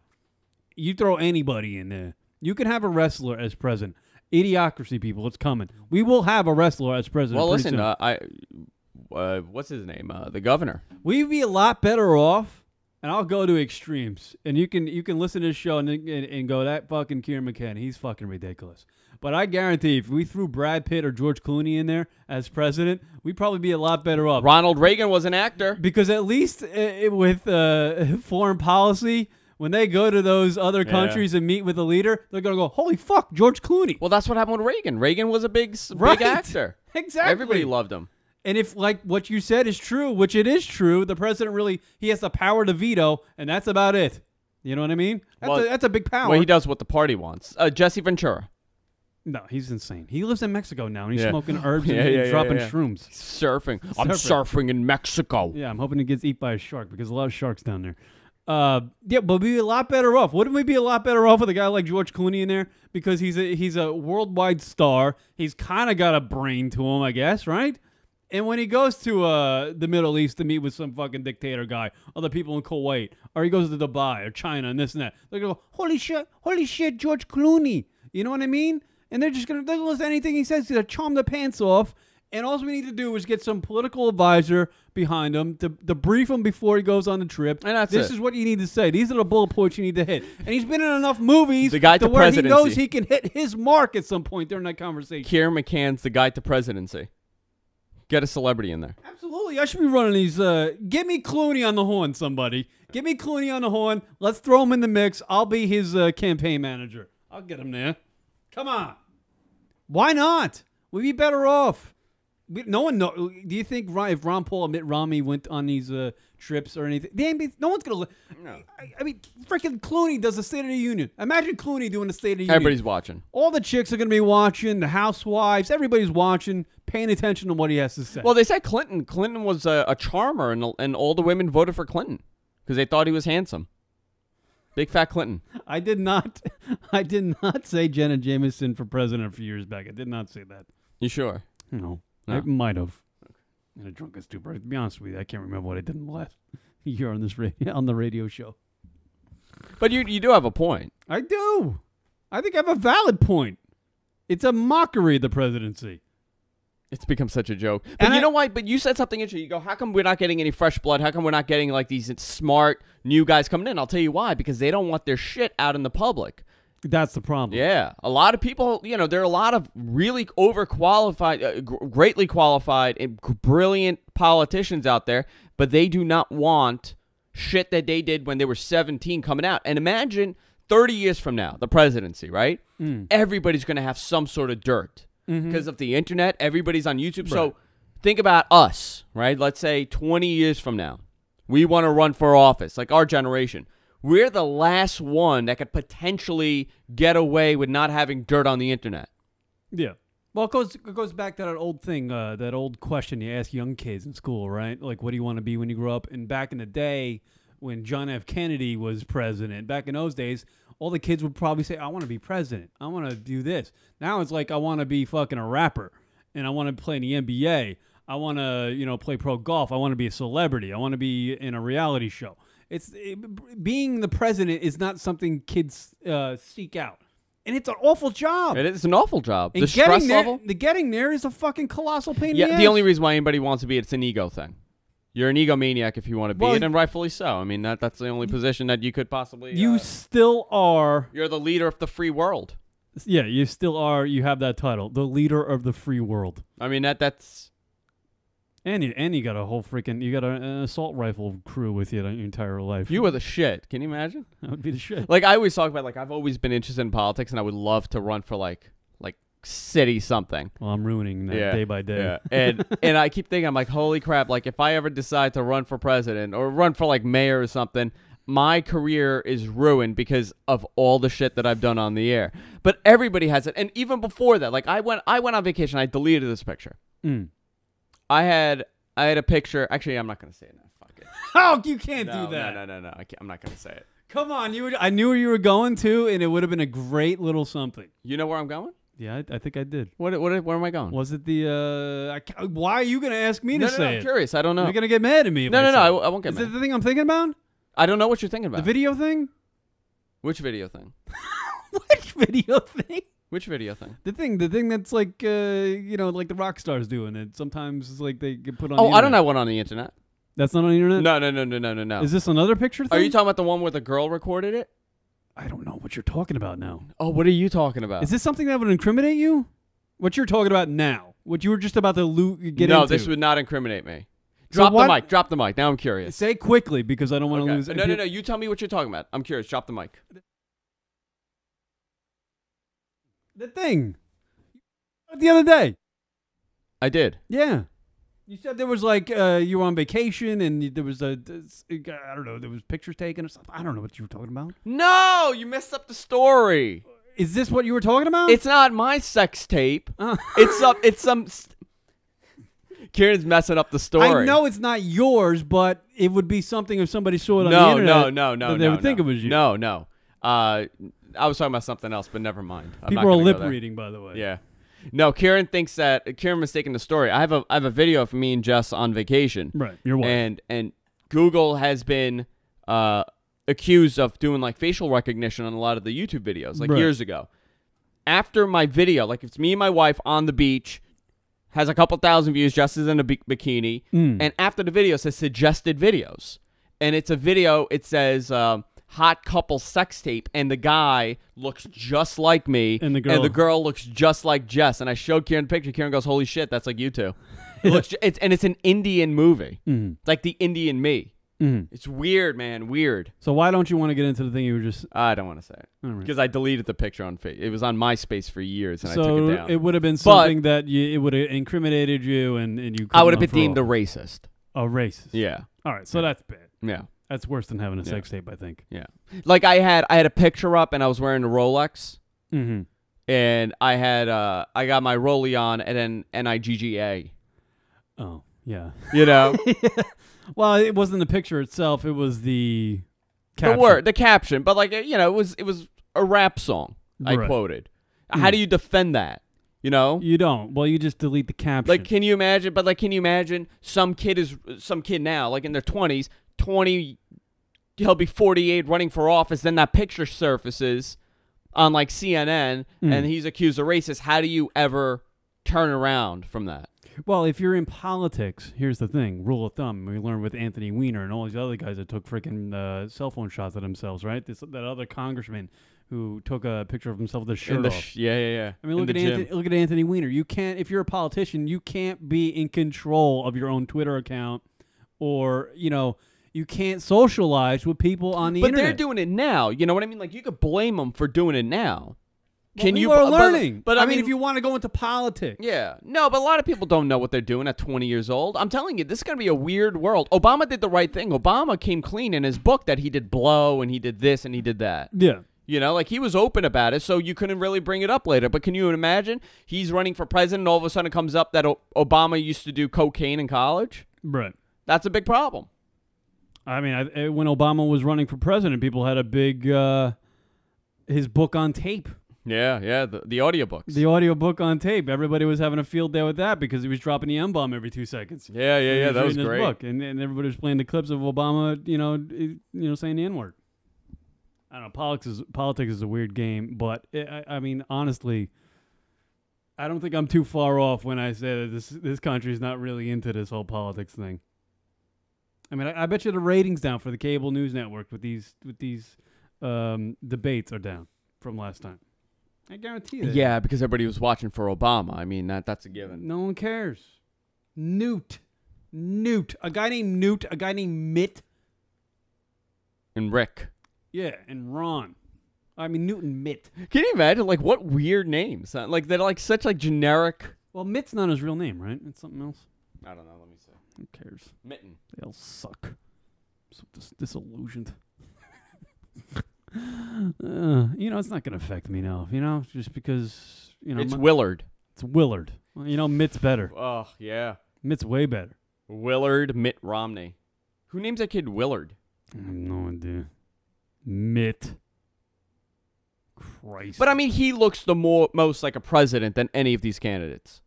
Yeah, he does. He looks the part. Yeah. But we'd be much better off, I guarantee you, with a guy like Clooney in there. Yeah.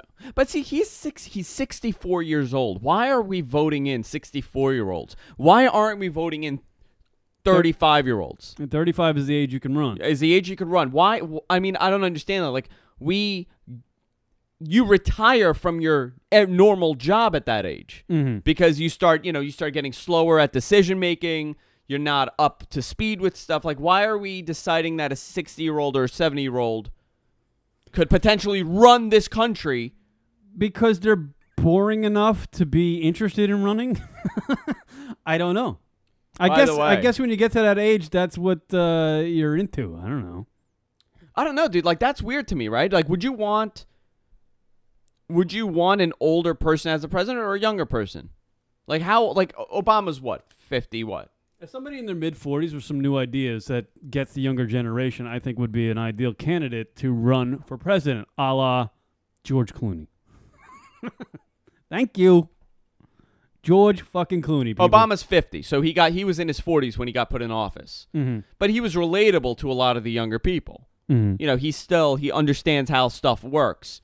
When you have a president that may or may not know how the internet works, that's a little alarming to me. Right. That gets a little scary. Like if a president doesn't understand what YouTube is. Right. Like when they talk about it at a press conference, like, oh, that YouTube. Yeah, I mean, it's a different time now. You know what I mean? Like, it's totally different. Reagan was an older guy when he got into office. But, I mean, you're talking, it was the 80s. Times were different. I mean, we didn't have the technological advances that we do now. Right. I want a president that understands. Like, I want a president who knows who Ashley Dupree is.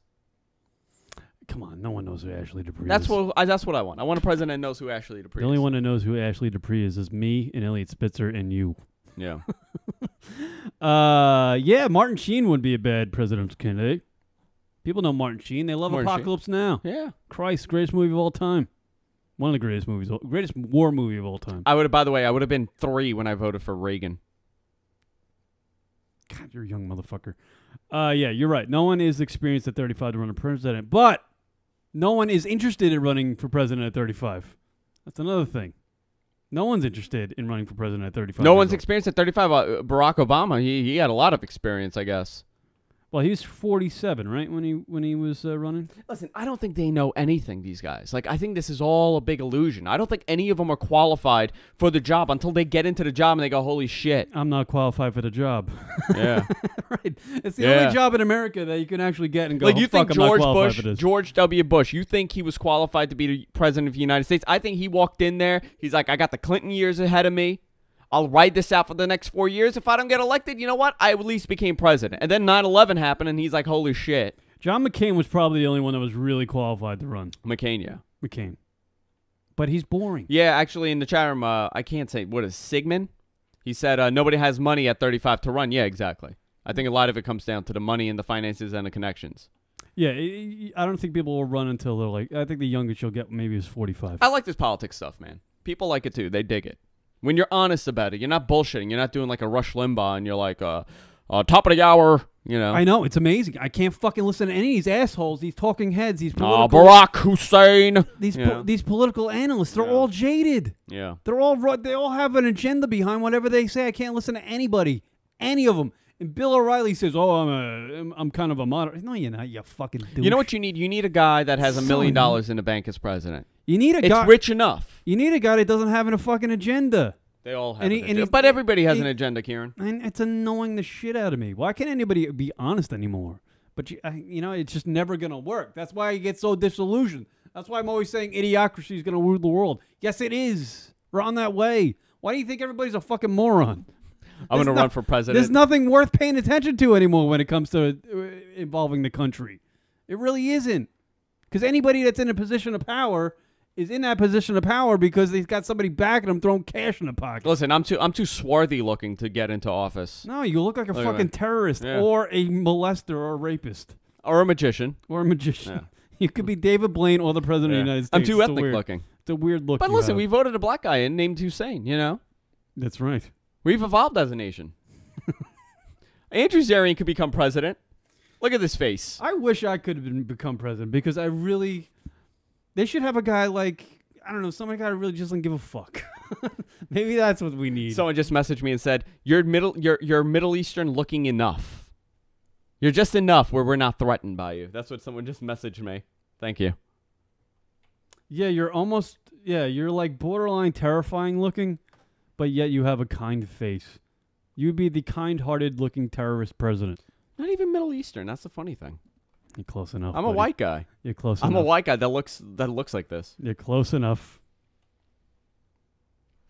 McCain is 80 years old? I didn't know that. Yeah, he's an old dude. He has that whistle. He has that like old guy whistle. Yeah, you know what? I think that's the thing why he didn't like. It's like the image thing too. Like you need to look the part. Yeah. That's why I'm saying Clooney's the best. But John McCain had to, unfortunately, when he was in Vietnam and in the prison camps, his arm got fucked up. So he had the like that stiff arm. Yeah. When he would wave, his elbow didn't move. It looked fucking robotic. You know what I mean? So people, I think, were a little bit taken aback by that. An image thing, and it shouldn't be that way, but I think it was. There's like, wow, his body doesn't work. How's this guy going to run the country? But he had great ideas, and he's thoroughly qualified to run. Well, he was qualified in 2000, and he should have won in 2000, but they made him, Bush made him look like a traitor. They made him look like a weak guy that sympathized with the Vietnamese, with the Viet Cong. Yeah. Insanity, people. Well, I tell you what, if you become a fan of this show, politics isn't the topic of discussion. I thoroughly... we're not going to debate that on this radio program. We're just going to talk about how fucked up the country is. Absolutely.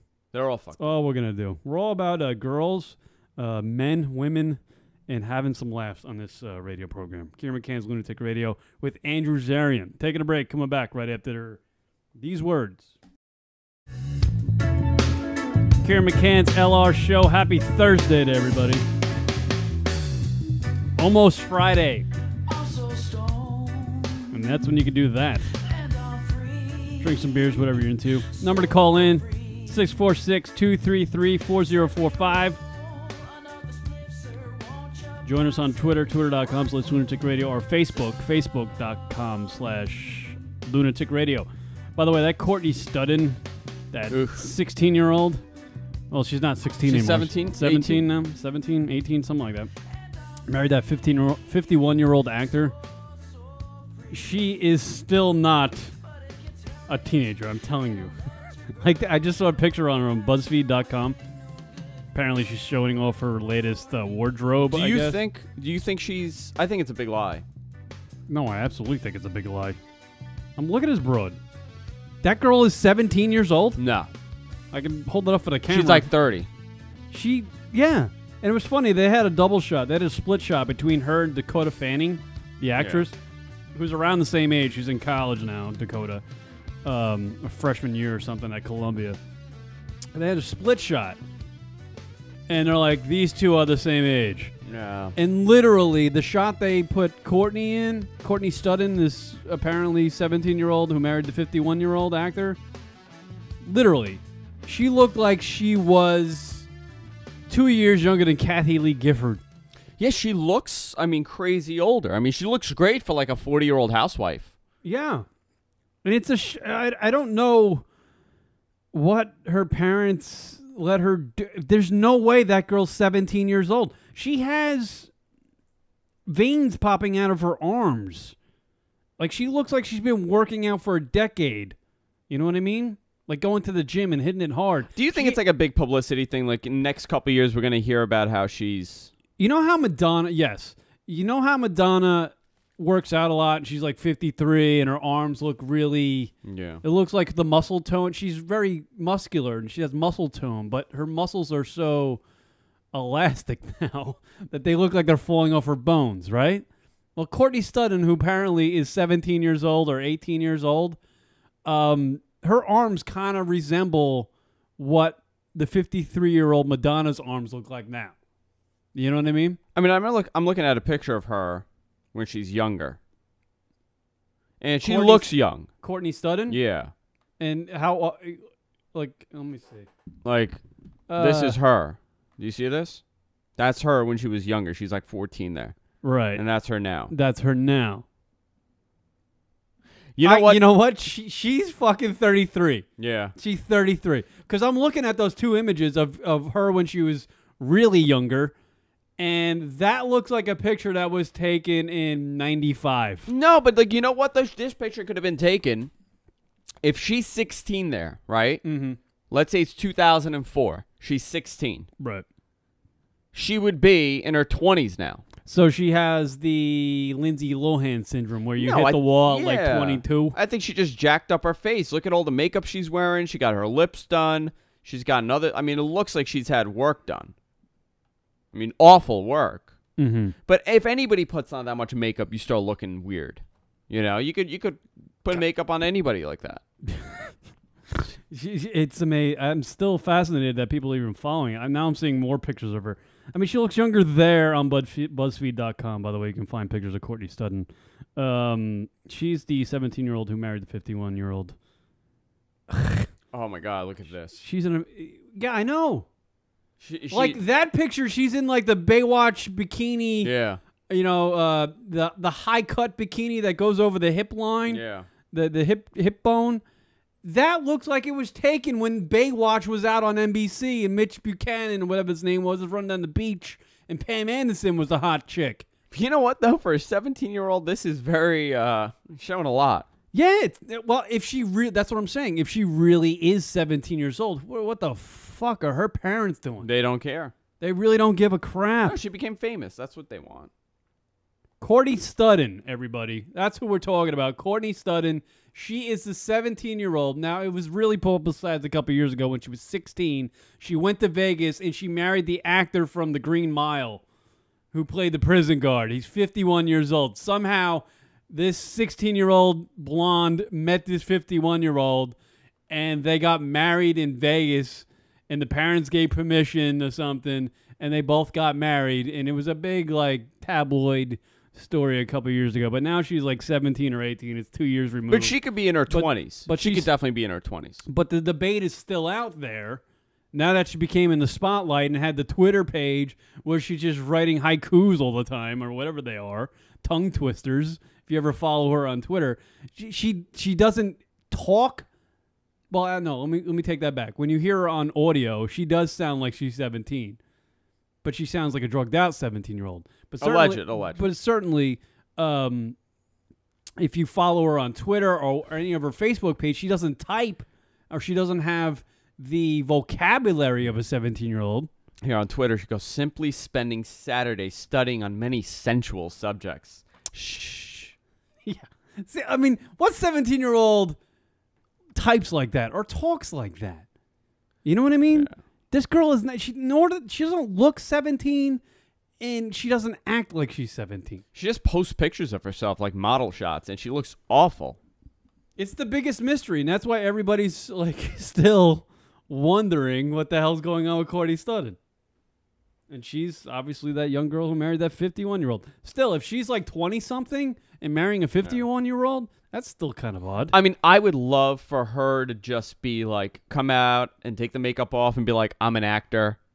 I did this as a fucking bit. You people are idiots. It's all a big hoax. I mean, they were trying to get a reality show with her and the old guy. I forget the old guy's name. He's an actor, though. Apparently his career's done because he married a fucking 16-year-old and he was 51.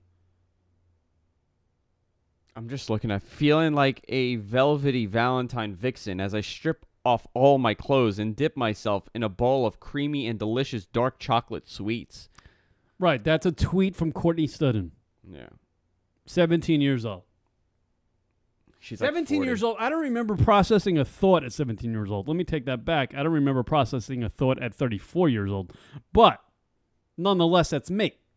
17 years old, I don't remember anything I did when I was 17 isn't she years like 90s hot? Like the whole look is like right, that's like what I'm early saying. 90s. She has that early 90s look. I think we all need to agree that Courtney Studden was a teenager in 1996. No, I think this is a big joke. I think Courtney Studden's my age. That's what I'm saying. Literally. Like, legitimately, if you ask my opinion, how old is Courtney Studden? I'm saying she's 35, 36, 37. But here's like the thing, okay? Like, there are guys that are into, like, younger girls. I'm not talking, like, pedophile younger. I'm talking, like, you know, like a 50-year-old that's attracted to, like, a 20-something-year-old. You know, we look at that and we're like, wow, that's a little weird, right? Mm-hmm. But sort of. they're dating. no, but you know what I mean? Like, people judge it in certain ways. Yeah, yeah. I'm not saying that it's weird because I think More it's pretty so in normal. the past than nowadays, but but yes. why are they dating a 20-year-old? Because they were attracted to a 20-year-old. Mm-hmm. They were attracted to a younger-looking girl. Like a 50-year-old girl, 50-year-old woman is not looking like a 20-year-old girl, you know, woman. Right. Why would you date a 17-year-old that looks older Right. than she's supposed to look? Like, that's a backwards way of doing it. Right. So You date a younger girl because she looks younger. A younger woman. Not a girl. Why are you dating a girl that looks like she's 30? I think that's why the internet websites and yada, yada, yada, the pop culture trashy Inquirer type magazines are still on this case because it's not solved. Like, here's the 51-year-old guy who's allegedly marrying the 16-year-old Courtney Studden who looks like she's 35. So it's like a big, weird riddle. It's weird. Someone said in the chat, jailbait that doesn't look like jailbait. That's what's the point? You know, what's the point of that? Right. I got a buddy. He's probably 40, almost turning 40. Right. His girlfriend, they've been together for a couple of years. She's in her 20s. She's probably 26 now. Right. They probably dated when she was like 22. There's he's dating her because she looks youthful. Mm-hmm. I don't understand why you would date a 16-year-old that looks a lot older but acts like an idiot. Maybe because from the outside, people didn't know who they were if they saw them two walking, Courtney and the actor, 51-year-old actor guy. Can we get his name? I don't even know his name. He was in the Green Mile. But anyway, Doug Hutchison? Doug Hutchinson. They saw Courtney and Doug walking down the street, and they didn't know who they were. They wouldn't look at that going, oh, that guy's 50 and she must be 16. Yeah, but or what you could do and be a normal human being, be like, shit, she's 17. She's 16. I should not be. But look at Doug, though. Doug Hutchison, the actor. He's not like much to look at. You know, he's nothing. He's just a short, kind of out of shape, kind of like wizard type looking guy. You know what I mean? He probably couldn't pull anything like Courtney Studden unless she was young and impressionable and had parents that were clearly on crack, allegedly. Are they? I don't know. No, okay. Just making shit You're up. just making shit up. But I think they're in the public eye. I can say something like that because it's completely insane. It's insane to let your daughter marry. It's insane to let your daughter out of the house at 17.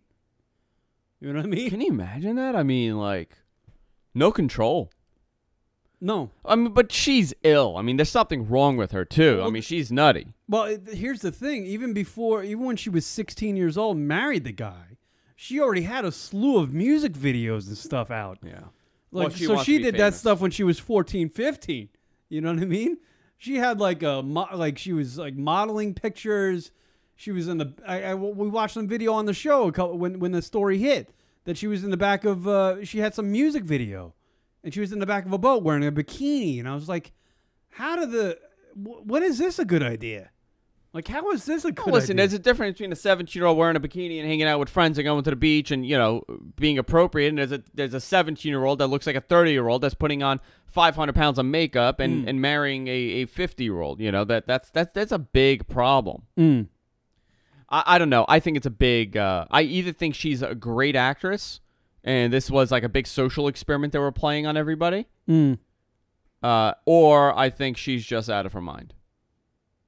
And he's out of his mind. I still want to know, though. I'm kind of like, it's like that brainless story that you just want to know about. Yeah. You really just want to know, like, all the details. You want to know everything. I don't know why it interests me, but I still want to know. You want to know if it's real or not. Yeah, absolutely.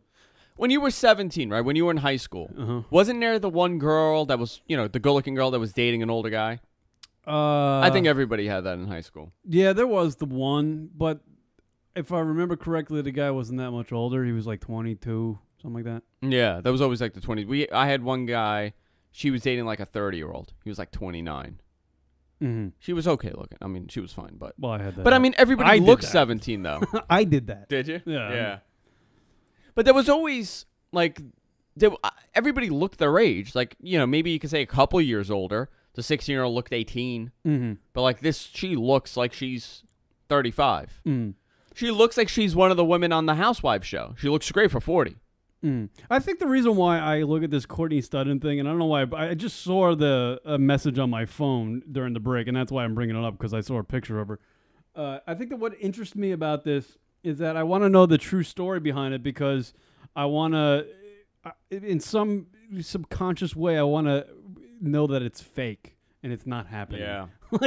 Because like, I'm getting to that age where I'm starting to like, I used to hate kids when I was younger. I was like, I'm never having kids. No way. They're pains in the asses. Sure. But I'm getting to that age where I'm like, I kind of like the little fuckers. Yeah. I really do. I like talking to them. They're a little funny. I know they're like noisemakers for a while, but you get used to it. You kind of drown it out after a while. And I have enough friends and family who have kids now, and and I have daughters and this and that. And I'm just like, I want to know, I want to know that there's not this crazy shit going on out there. Oh, it's always bad, man. I know. I just don't want to hear about this. Because literally I'm thinking if I have a daughter ever, the motherfucker is going to be locked up. No, but I'm can't. Telling you. Every guy says that. The reality is they're not going to be locked up, and they're going to be doing everything that the kids your age did and worse. I guess I want to learn techniques or something to kind of hone it in a little bit, though, Yeah, but you know what? The Courtney Studden personality is not developed from great parenting. I know in this day and age, I wouldn't be able to parent my daughter like my father did to my older sister, because it's just a different time. Yeah. But I want to know what's the alternative way to be strict to my daughter nowadays. You know what I mean? When I have one. And that won't be for, I don't know how many No, there are years. good kids and bad kids. I mean, I have family and they're like 16, 17. And one of the kids is a total disaster, and the other one is a sweetheart, and she's a very good-looking girl, but she was always good. Like, she's a good kid. She doesn't go berserk, and it's totally different types of upbringing.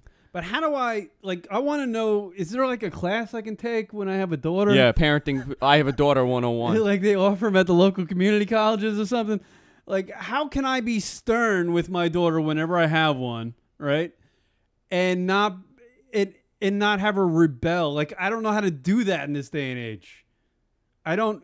And actually, I mean, doing what I do now, how is my daughter ever gonna You listen to me on the radio and go, "Hey, fuck Dad." Yeah, I can't. Look what you say, Dad. Screaming C word. You all right? I learned it by watching you. And at 16, she's on the pole. See, I don't want that to happen. But can you imagine, like, you have a kid, and you're still doing this 10 years from now, and your kid is 10, and then by the time they're like 16, they hear the shit that you've done over the last decade. I know. Like, you know what I mean? Yeah, how do I guess my first step to parenting is keeping my kids act. away from the show. No, it's an act. It's TV. Nobody looks at Arnold and says, "Wow, you're Mr. Freeze." You know what I mean? Like, nobody does that. It's acting. You're on the air. See, I got some friends who are really good parents. Like, they're my age, and they're really good parents. Their kids are younger. Are they good people though? Like, were they always good people? They're good people. Yeah, But, you know, they do the same things. Like, I knew them when they were teenagers because I hung out, and I know the stuff they did, you know, and they did their raucous years. And they still are a little bit raucous when the kids are out at the friend's house and we have an adult night together or something, right? How old are the kids? 11, 8, and 2. Okay. So, but again, the 11-year-old is approaching that age where they become a pain in the ass. Right, like, you don't become a pain in the ass at like 13. But it's my goddaughter actually who's 11. She's completely respectful, completely, and I'm like, okay, when I have a daughter and she's that age, that's how I want her to be. How do I get her to that point? You know what I mean? Like, how parenting. I don't know. She doesn't know what Facebook is. I'm sure she knows what it is, but she's never been. You can't be a strict parent. I don't. You know, like I know a lot of people. They have that mentality. Where like, I'm not letting the kid do anything. A lot of my friends that were not allowed to do anything growing up, they ended up becoming the worst kids. Right. Because they never experienced it, and it was almost like a well, I'm going to do this, but you know, it's almost like a high you get. Right. Like my parents never told me you can't drink. Like, you know what I mean? Like, I was never told, like, you cannot drink till you're 21. I never had that. Yeah, but were they hard on you, like, in those years where you're 5, 6, 7, 8 to 10, you know? Were they hard on you those years? And then they were just like, all right, let him learn it on his own now. No. They were never hard on me. You know, I was a good kid. I was always a good kid. But, like, I didn't have one of those parents that said, like, you can't watch that TV show because it's PG-13. You can't play that video. Like, they never did that. And I came out pretty decent. See, I'm so terrified with this world. I think I'm afraid to let my kid when they get to 13 go and like, you know, one day just let him out of the house and think inside my head, all right, now here's the point where I just let him go out and figure it out on their own. You gotta know where they're going. No, you gotta know where they're going and what they're doing, of course. But you can't start telling them, like, you can't shelter them from everything. Yeah, right. You know, there are a lot of parents, like, you can't go on Facebook. You can't go on the computer. You can't go on AIM and talk to your friends. But then they want to do it even more, and they do it anyway. Mm-hmm. Is there a parent out there? Because we're actually two single, well, not, you're married, but we're two guys that don't have kids, and we're talking about kids. I feel like... I got two teenagers here. I think we need to incorporate somebody who's actually a parent, who's actually parenting somebody these days. I just know from, watching my friend's parent and my family member's parent. I don't know. I'm just terrified. But it is weird, though, that in my 20s all the way up to, like, when I was just a few years ago. We got a caller, by the way. Caller, on the air. What's your name? Where you from? This is Ma and Graham. Hi, Ma and Graham. I know you. Yes, you do. Now, you're a parent. How does it work? Well, I was hoping you said you were going to find all the answers, so that's what I was calling. I was calling hoping you had all the answers. Well, my answer is to lock the daughter up until she's like 18, 19. Oh, that doesn't work. But it doesn't. Obviously, that's not the answer because it doesn't work. Yeah, how many buddies I had, how many girlfriends I had, and the fathers were the crazy, overbearing parent, and the girl did everything anyway. Yeah, they rebel, and it's actually impossible to lock them up. It's literally impossible. No, and actually, if it doesn't matter what you can try to lock them up. You can try and shut them out from everything. The fact is, they're gonna do this stuff. They want to make the mistakes. They're gonna make their own mistakes. You can tell them about all the crappy situations you got yourself in, and I've been where you're at, and they don't care because at that age they know everything. So you just have to let them make their mistakes. Yeah, but how do you? Like, that's what I want to know. Like, I know they're going to go out there and they're going to learn on their own, right? They're going to, my daughter, my son's going to go out there and they're going to learn on their own. They're going to learn the hard way. But how do you kind of, like, manipulate that learning it on your own thing to where it's not like, okay, they're going to drive a car off a cliff or they're going to start doing heroin? How do you stop them from doing that? What values? I guess it's an unanswerable question. Well, Good parenting. I mean, when you teach by example. Obviously, if I'm sitting there, shooting up heroin in front of my kid, I can't go, "Don't do heroin." I mean. So I guess it starts from when the kid is an adolescent and you're not cursing in front of them, you're not smoking cigarettes in front of them or having alcohol in front of them. I guess those little things maybe lead to when they get into their teenage years. So I don't know. No, not to that level. I mean, listen, you can't stop restricting yourself of things that you're going to do. You just have to be open with them, and they have to know that it's not their time. And you have to, I think it's honesty. I think you have to have an open relationship. You have to be honest with your kid. I don't know, man. They know I know. Exactly. I've told my daughter about all the stuff when I was younger that I've done, and her friends, they can't believe that I've told her that stuff. And it's like, I'm teaching her through my experiences.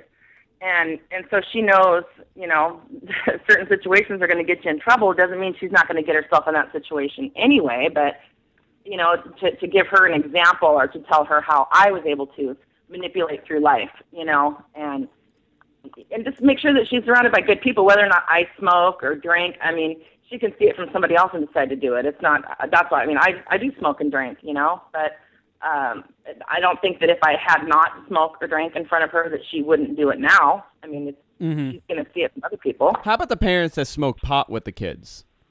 I don't know. Again, I was one of those parents that when my daughter was, 16, I know I'm going to get a bunch of shit for this, but, I knew she didn't want to go out drinking or whatever, and I'd say, well, I would rather you do it here, than go out in a parked car somewhere and do it. No, that's what my parents did with me. I mean, I think that's the right way to do it. Yeah, my parents did the same it wasn't thing. like I was sitting down cracking a beer with her and saying, hey, let's get, hammered.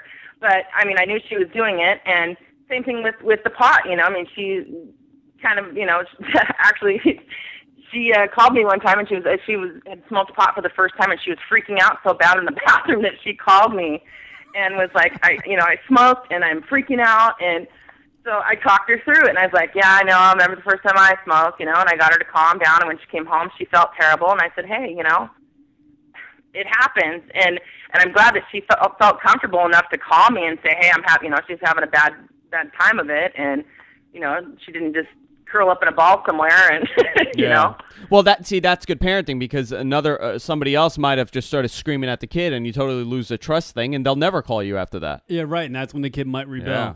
Who knows? Fuck, it's well, so and weird. that's what I'm saying, is that if I'm considerably older than both of you guys, but I'm just saying that, that's why I chose to have children young, because I wanted to still be in touch. I didn't want to be that, 50 or 60-year-old parent, like, turn the music down. I don't understand kids these days. I don't get it. I didn't want to be detached that way. I wanted to be that parent that was, growing up with the kid and kind of, in touch with everything. I can tolerate the music. I can still carry on a conversation, without having to have a dictionary to figure out what the hell they're saying.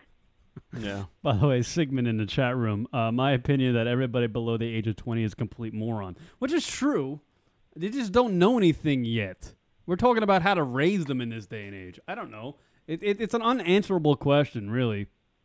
I guess you just got to be good people and just hope that your kid turns out to be a good person, right? Well, there is no handbook. I to this day, I've never seen the perfect, well-behaved child, and I'm sure a lot can be said about harsh parenting and not enough parenting, and there is no handbook. It's trial and error, and you just hope for the best, and you just give what you can, and it's the bottom line.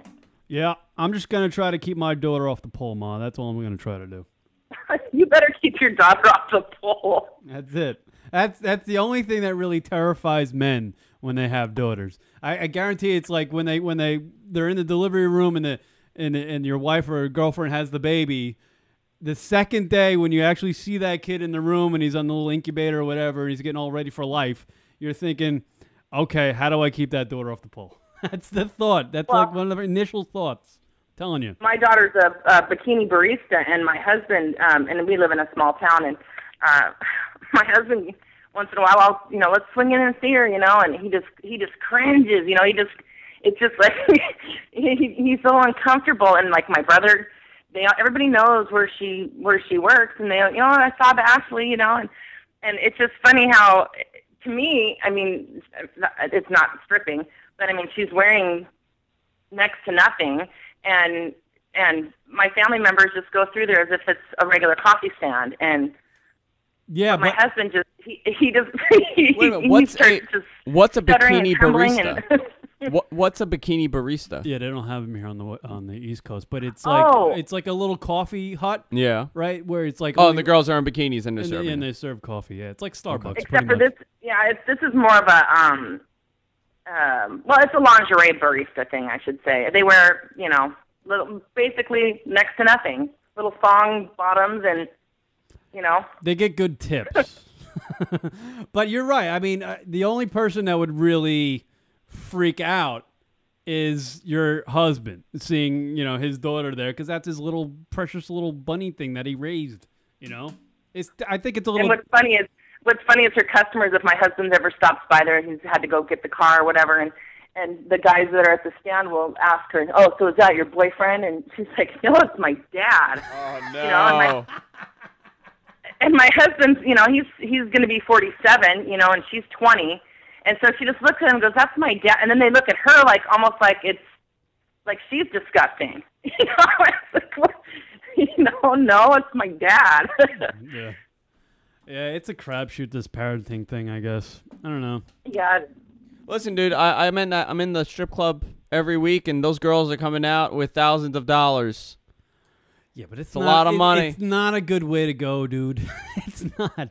Trust me. Well, no, if my daughter decided to be a stripper, that I think would be a whole different ball game to me. I mean, because she's inside of a building. I mean, they can't even. They're not. I mean, they can't touch her. They can't anything like that. They don't even allow them to take pictures. Nothing like that. And I don't know. I mean, I guess maybe that's my way of justifying it, if you will. But I don't. I wouldn't want her. It's different. I mean, grind it on a pole. Yeah, I mean, I've gone to a lot of bars, and the girls are bartending, and they're doing a whole lot of crazy stuff, and it's a whole different scene. Mm. Yeah, I don't think I'd care for that, but I mean, it's her choice ultimately, and I would hope that I would raise her to have a little more respect for herself. I know that the reason she's doing what she's doing now is because she has the looks to do it, and like Kieran was saying, I mean, she makes great money for working, 4 or 5 hours a day, making lattes and mochas, and yeah, she does it in lingerie, but I mean, it's a difference from making $20 a day in tips doing something to making, she makes like $150 a day in That's 4 hours. Money. Yeah, and it's just she makes more than the coffee owner, the people that own the stand. Her and the other girl that work there make more money than the lady that runs the stand. Yeah, see? I honestly said it yesterday. Hot girls rule the world. They really make the world go around. When Jess was bartending, when I met her, she was making $1,000 a night. Yeah, at the bar, $1,000 cash. It's something that everybody can agree on. Everybody loves a pretty-looking woman. Everybody. Yeah, and her looks may not last, forever. And there's going to be plenty of times for her to have the office job or the whatever job she chooses to do, hairstylist, blah blah blah. Mm-hmm. But while she's got the looks and she's got the figure for it, I don't know, milk it for all it's worth. How are you with the boyfriend situation? Does she have a boyfriend? How do you deal with that? With the boyfriend? Yeah, like how do you deal with that situation? Oh, I just deal with it the best I can. Yeah. Deal with it the best you can. Yeah, I mean, Go ahead. I'm not sure exactly what you're asking. Like when she has a boyfriend, like, and let's say you don't like him, or are you vocal about it? Like, how do you deal with that as a mom? Oh yeah, I'm not shy. I mean, if I don't like somebody, I'll tell her right away, and I'll do everything I can in my power to make sure that and I mean literally anything in my power. I'll undermine the jerk or whatever, and just. I mean, I'm that way. I mean, I'm either for or against you. There is no middle ground with me, and I don't mess around. I mean, Kieran knows. I mean, he knows me. I know it all.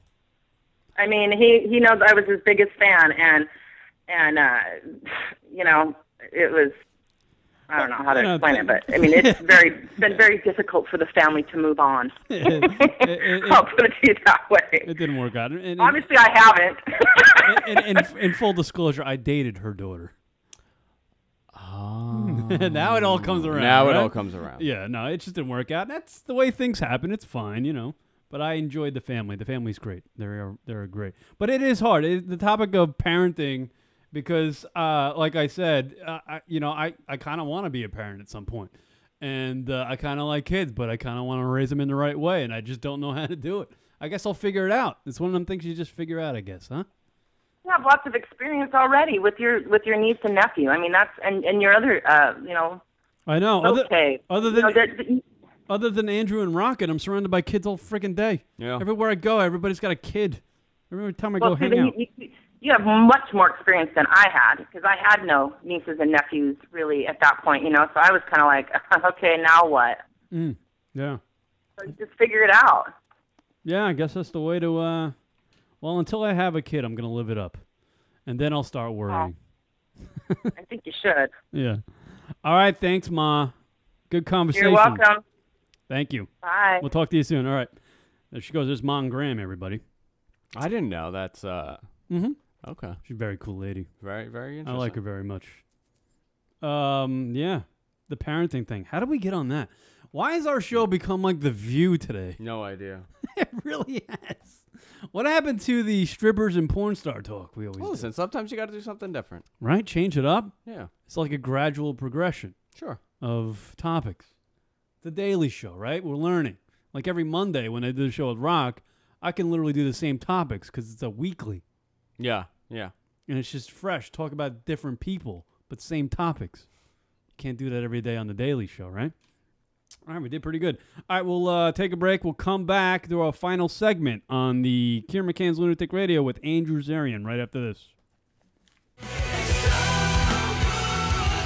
Kieran McCann's Lunatic Radio.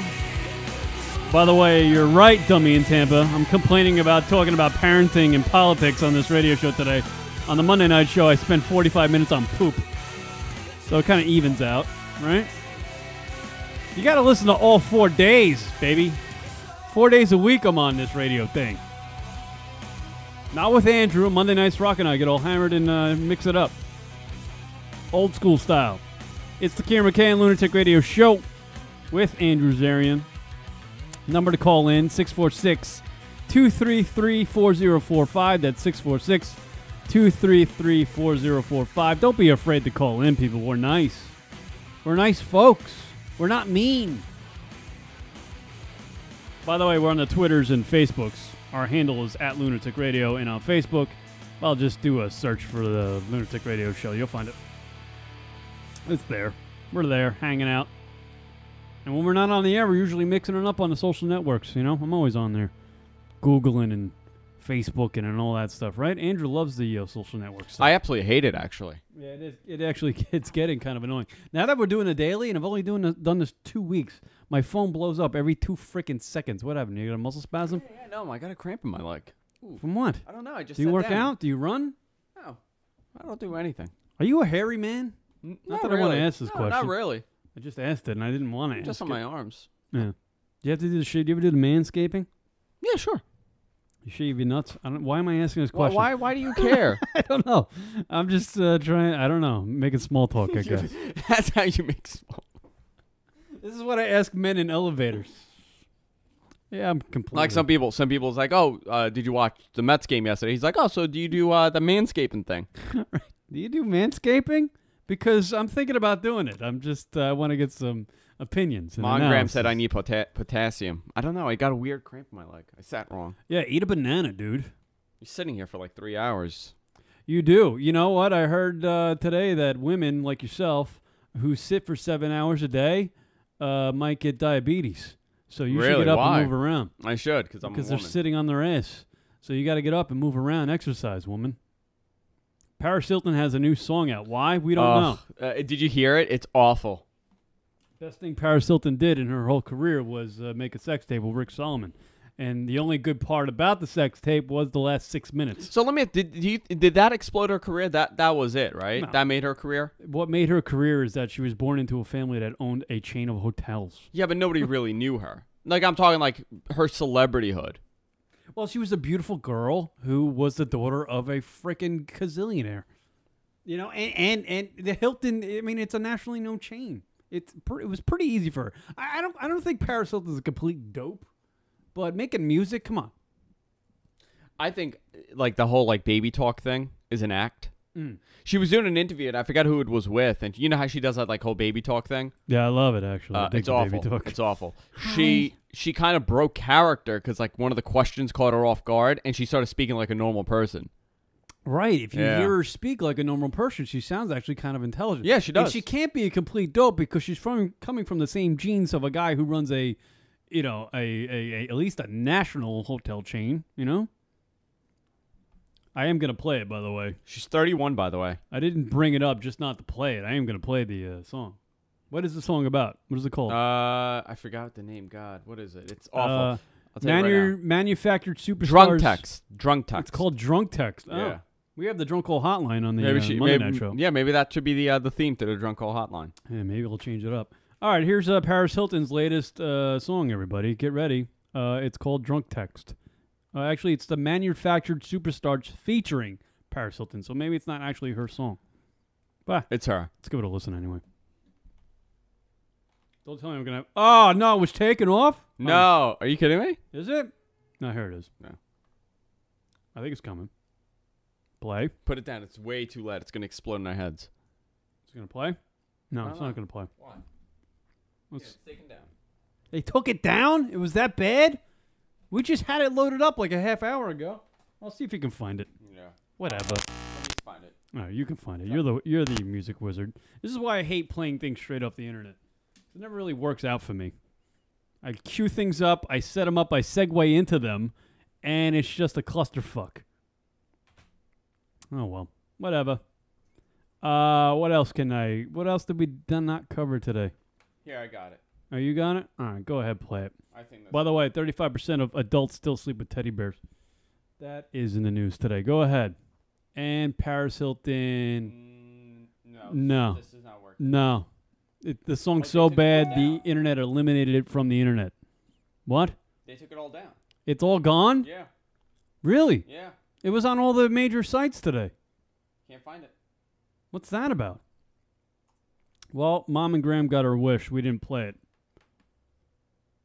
By the way, 67% of all statistics are made up. That's coming in from Dummy in Tampa, so I'm believing him.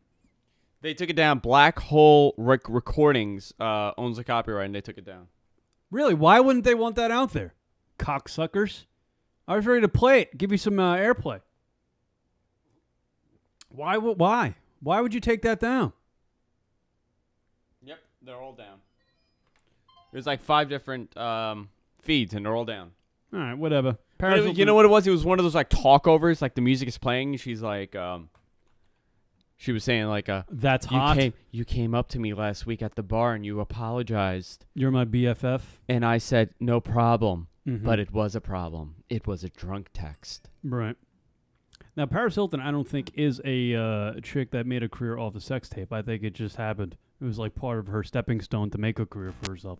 Unlike Kim Kardashian. No, but it was you don't think the sex tape was made to make her career? No. I think she You think it just happened? I think it just happened. You think Rick Salmon was just a douche and released the tape? Unlike Kim Kardashian, who pretty much, I believe there was a meeting amongst the entire family, and somewhere along the line, her mom goes, "You need to bang black guy who's an R&B singer who has a huge hammer." And that's what she did, and now she has a career, and the whole family's rich. Do you think she feels bad about the sex tape? You know what I mean? Like, do you think at one point she was like, "Oh my God, I'm so ashamed"? Who? Kim Kardashian? Yeah. No. She has to have. Dude, you see, look at the house she lives in. Yeah, but I mean, listen, you're having sex. It's an intimate moment on the entire internet. Millions of people see this. Well, here's the thing. She went from making a sex tape in a hotel room to being having sponsor contracts with fashion designers and this and that and the other thing. You know, but she was making money before. She was a model. She was doing a lot of like magazines and stuff. She ain't the tycoon that she is now. No. But this is where I'll give her credit. It's hard to go from a sex tape to what she is now.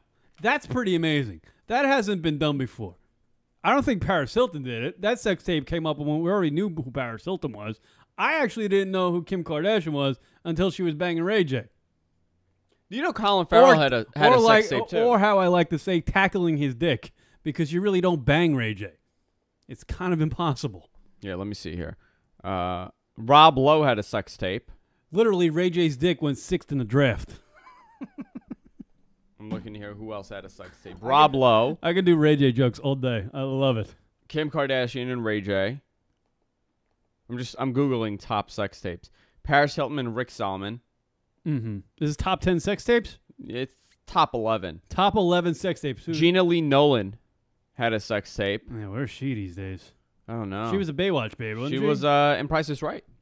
She was in Price is Right? Yeah, she was like a Price is Right model. All right, next top 10. Top Carolyn 11. Murphy. Who the hell's Who's that? Her stint as a model for Sports Illustrated. She had a sex tape nobody knows about. When is Kate Upton going to make a sex tape? That's what I want to see. Jenna Lewis. Mm. I don't know who's Jenna Lewis. Jenna Lewis is... She was on Survivor. Yeah. That was a made-up sex tape, by Yeah. the way. That was a planted sex tape. Tanya Harding had a sex tape. Yeah. Hold on, the GOP... Oh, no. What? Hold on, let me tune it to HLM for a second. They're talking Newt Gingrich. Was blown over. The wind was so bad in Colorado. No, severe weather in Colorado. God damn it, HLN. I was right. By the way, Pamela Anderson has 2 sex tapes. And Hep C, good for her. Brett Michaels. Yeah. And Tommy Lee. Funniest thing in a sex tape I've ever seen, by the way, as we wrap up the show. We're getting close. Tommy Lee, Pam Anderson sex tape on a catamaran in the middle of the desert lake. Tommy Lee, after banging Pam Anderson, naked on top by the controls of the catamaran, takes out his dick and honks the horn of the boat with his hammer. Funniest thing I've ever seen in a sex tape. Do you think that was released? Like they released that? No, that was stolen. That was definitely stolen. That was back in the day when we didn't know what sex tapes were. We didn't know that they existed. And that was like a 2-hour tape. And celebrities did this type of thing. You know what I mean? Somebody stole that one. Yes. Because it was like edited and put out. You know, and it was really grainy. Also, it was the 90s. We didn't have high def. I don't know, but it was definitely stolen. The Kim Kardashian one, yes, that was made by those two. But, you know, as far as that being leaked, I don't know. What year was that? Certainly it wasn't leaked. She made a career off it. What am I talking about?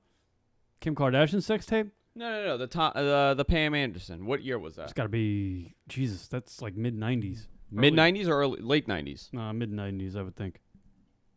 I'm trying to see when it happened. Yeah, it was mid-90s. Definitely mid-90s. I was in college, and I was watching it in college, and it was like a relic at that time. That was a long time ago. Yeah. See, look, Mom and Graham saw it. Love you, baby. Hong Kong. 98. No, it was the video first appeared in Penthouse magazine in 1998. So it probably took place like 2 years before that, so 96. Long time ago. Yeah, that was the one everybody was clamoring to see, too, because everybody wanted to see what... I mean, it wasn't... everybody wanted to see Pam naked. But everybody had seen Pam naked. Hottest thing to come out of Canada. Yeah. Pam Anderson, everybody. Word up. Anything else to cover today? No. We done? I'm done. By the way, there's a hot chick on the cover of Maxim. There's a big surprise. She's hot.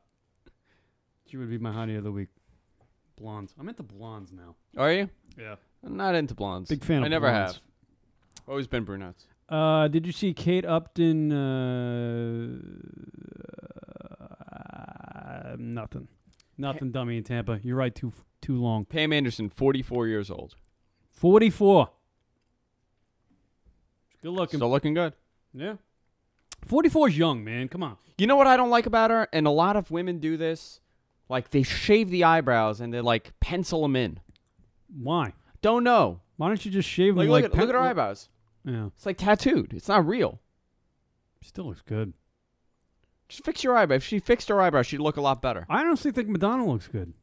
She's 53 years old. By the way, this is Andrew's favorite song. This is Andrew's theme.